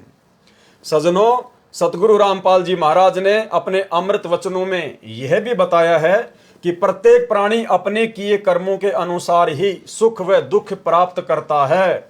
दुख तो पाप कर्मों का फल है तथा सुख पुण्य कर्मों का फल है। अभी तक सर्व संत आचार्य गुरु यही कहते हैं कि जो प्रारब्ध कर्म का भोग है वह तो प्राणी को भोग कर ही समाप्त करना होगा। हे सभ्य पाठकों, सतगुरु रामपाल जी महाराज कहते हैं कि पाप कर्म से दुख होता है। यदि पाप कर्मों का नाश हो जाए तो दुख का स्वतः ही अंत हो जाता है। यदि भक्ति करते करते भी पाप कर्म का फल अर्थात दुख भोगना ही पड़े तो भक्ति की आवश्यकता ही समाप्त हो जाती है। 7 सितंबर 2011 को हमारे प्रारब्ध कर्म के पाप के कारण मेरे पुत्र मोहित की मृत्यु होनी थी। हमारे सतगुरु रामपाल जी महाराज जी की कृपा से परम पूज्य कबीर परमेश्वर जी ने हमारे पाप का नाश कर दिया तथा मेरे बच्चे की जीवन रक्षा करके आयु बढ़ा दी। यदि 7 सितंबर 2011 को प्रारब्ध कर्म के फल स्वरूप मेरा बेटा मर जाता तो हम सर्व परिवार के सदस्य भक्ति त्याग देते तथा नास्तिक हो जाते, क्योंकि हमें उस समय परमात्मा का पूर्ण ज्ञान नहीं था। अब भगवान पर अत्यधिक विश्वास हो गया है। यह भी विश्वास हो गया है कि परम पूज्य कबीर जी ही परमेश्वर हैं। ये पाप नाशक, सर्व सुखदायक व पूर्ण मोक्षदायक हैं तथा सतगुरु रामपाल जी महाराज उन्हीं के भेजे उनके अवतार हैं। अब ठीक है भाई और बहनों, उस समय इस आत्मा को भगत सुरेश दास को सतगुरु रामपाल जी परमेश्वर जी की वास्तविक परमात्मा वाली स्थिति का ज्ञान नहीं था। इसलिए ये कह रहे हैं कि कबीर परमात्मा ने सतगुरु रामपाल जी को भेजा है, अर्थात इन्होंने संत रामपाल जी को कबीर जी का भेजा हुआ अवतार यहाँ पर जो है वो बताया है। लेकिन ऐसा नहीं है। आप जी को धीरे धीरे सब कुछ समझ में आ रहा होगा और आगे भी आ जाएगा कि परमेश्वर के अवतार की भूमिका कोई नहीं कर सकता। अवतार केवल काल भेजता है। 21 ब्रह्मांड का स्वामी ज्योति निरंजन अपने अंश अवतार उत्पन्न करता है। कबीर परमेश्वर को अंश अवतार उत्पन्न करने की आवश्यकता नहीं होती, क्योंकि वे समर्थ हैं और स्वयं ही धरती पर आकर अपनी आत्माओं को अपने मुख कमल से सच्चिदानंद घन ब्रह्म की वाणी के द्वारा यानी अपने मुख कमल से परमेश्वर वाणियां उच्चारित करके अपने तत्व ज्ञान का प्रचार प्रसार करते हैं। अतः आप जी से पुनः प्रार्थना है कि अविलंब सतलोक आश्रम बरवाला में पहुंचें तथा उपदेश लेकर कल्याण कराएं। आप जी से प्रार्थना करने का मेरा उद्देश्य यह है कि मेरे जैसे दुखिया बहुत हैं, मेरी उपरोक्त आत्मकथा को पढ़कर विचार करके वे भी मेरे की तरह संकटों का निवारण करा सकेंगे तथा ही हो सकेंगे। ये संसार समझदा नाही, कहंदा शाम दोपहरे नू, गरीब दास ये वक्त जात है, रोवोगे इस पहरे नू। अब भाई और बहनों, इस वीडियो में अभी तक आपके सामने जितनी भी बातें रखी गई हैं, जितने भी आपको उदाहरण दिए गए हैं, ये सभी उदाहरण देने का केवल मकसद यही है कि हम अपने पूज्य गुरुदेव को परमात्मा के रूप में स्वीकार कर लें। और जब तक हम अपने गुरु को ही कबीर साहिब के रूप में स्वीकार नहीं करेंगे, और गुरु को कबीर साहिब के रूप में स्वीकार करने का मतलब है कि जब आप अपने गुरु की पहचान कर लेते हो तो उसके बाद आपने ये दाढ़ी मूंछ वाली जो कबीर जी की काल्पनिक फोटो है, आपने इस फोटो को पूजना बंद करना होगा। आपने जून के महीने में इस फोटो का कबीर प्रकट दिवस मनाना छोड़ना होगा। आपने अपने घर पर दीवारों पर या दरबार साहिब में जहां पर आप दीपक जलाते हैं, आपने इस फोटो को रखना बंद करना होगा। आपने इस फोटो को या तो जल प्रवाह कर देना है या घी लगाकर अग्नि में सवा कर देना है, क्योंकि परमात्मा कहते हैं एक कै सादें सब सदें, सब सादे सब जाए, और माली सींचे मूल कूं फले फूले अघाए। माली यानी जो ज्ञानी भगत होगा, जो संत सुजान होगा, वो केवल मूल की पूजा करेगा, और भक्ति का मूल है सतगुरु रामपाल जी परमेश्वर जी। तो आप सभी भाई बहनों को ये बात अपने दिल में दृढ़ता के साथ में बैठा लेनी चाहिए कि वर्तमान में इस ज्योति निरंजन के 21 ब्रह्मांड में सतगुरु रामपाल जी के अलावा दूसरा कोई कबीर भगवान, दूसरा कोई कबीर परमात्मा कहीं भी नहीं है। और यदि कहीं होगा तो वो भी सतगुरु रामपाल जी परमेश्वर जी का ही रूप होगा, क्योंकि ये परमात्मा अनंत कलाओं के स्वामी हैं। ये चाहे जितने रूप बना सकते हैं। जब काल अपने 1000 रूप बना सकता है एक ही समय में, अक्सर पुरुष एक ही समय में 10,000 रूप बना सकता है, तो सतगुरु रामपाल जी परमेश्वर जी तो अनंत कोटि कलाओं के स्वामी हैं। ये तो प्रत्येक आत्मा के साथ में अपने अरबों खरबों रूप बनाकर एक ही समय में खड़े हो सकते हैं। और ये सारी बातें इतनी दृढ़ता के साथ में आप सभी भाई बहनों को बताने का केवल यही मकसद है, क्योंकि अब हम जब आगे भक्ति बोध के खुलासे पर जाएंगे, जो सतगुरु रामपाल जी परमेश्वर जी ने अपने कर कमलों से यथार्थ भक्ति बोध नामक पुस्तक में हमें लिख कर दिया हुआ है, जिसके ऊपर अब हम वीडियो बनाने जा रहे हैं, वो भक्ति बोध और भक्ति बोध का सरलार्थ भाई और बहनों यदि हमने समझना है तो आपने अपने गुरु को परमात्मा मानना पड़ेगा, सतगुरु रामपाल जी को बंदी छोड़ मानना पड़ेगा। और यदि आप चाहते हैं कि भक्ति बोध के खुलासे के अंतर्गत वो सूक्ष्म ज्ञान मेरे दिमाग में समाए, मेरे अंतःकरण में समाए, जिससे कि मैं सतगुरु रामपाल जी भगवान का मैं प्रिय भगत बन सकूं, उनके हृदय में उनके चरणों में मेरे लिए कोई जगह बन पाए, तो उसके लिए भाई और बहनों आपने अपने गुरु को ही परमात्मा मानते हुए, क्योंकि गुरु ही परमात्मा है। कबीर मार्ग में काल की भक्ति में गुरु परमात्मा नहीं होता, काल तक की भक्ति में गुरु अलग होता है, परमात्मा अलग होता है। केवल कबीर परमेश्वर की भक्ति में, और कबीर परमेश्वर की भक्ति में भी केवल उनके यथार्थ 13वें कबीर पंथ में ही गुरु स्वयं ही परमात्मा होता है। अन्य नकली जो कबीर पंथ है उनमें गुरु अलग हैं और कबीर जी तो फिर अलग हैं ही उनके लिए।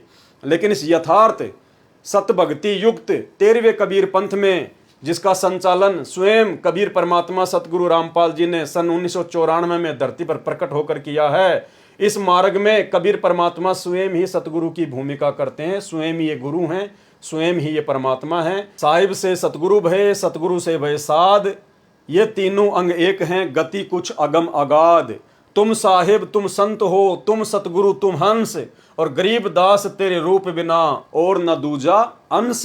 परमात्मा स्वयं ही लीला कर रहे हैं, और जब तक हमें इतनी दृढ़ता नहीं आएगी तो भाई और बहनों हम भक्ति नहीं कर पाएंगे, हम भक्ति मार्ग पर एक कदम भी आगे नहीं बढ़ पाएंगे, हमारी भक्ति चलेगी नहीं।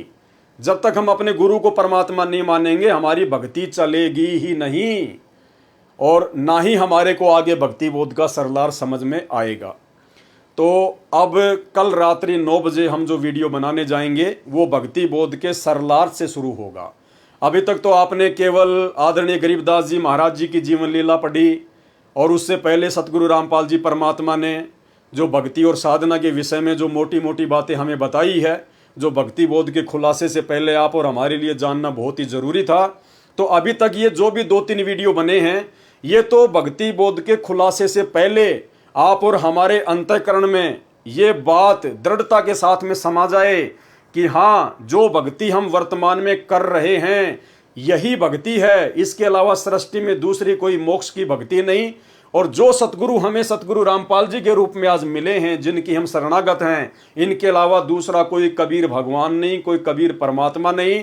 और अब हमने अपने गुरु जी के प्रत्येक वचन पर ब्लाइंड फेथ कर लेना चाहिए, अंधविश्वास कर लेना चाहिए।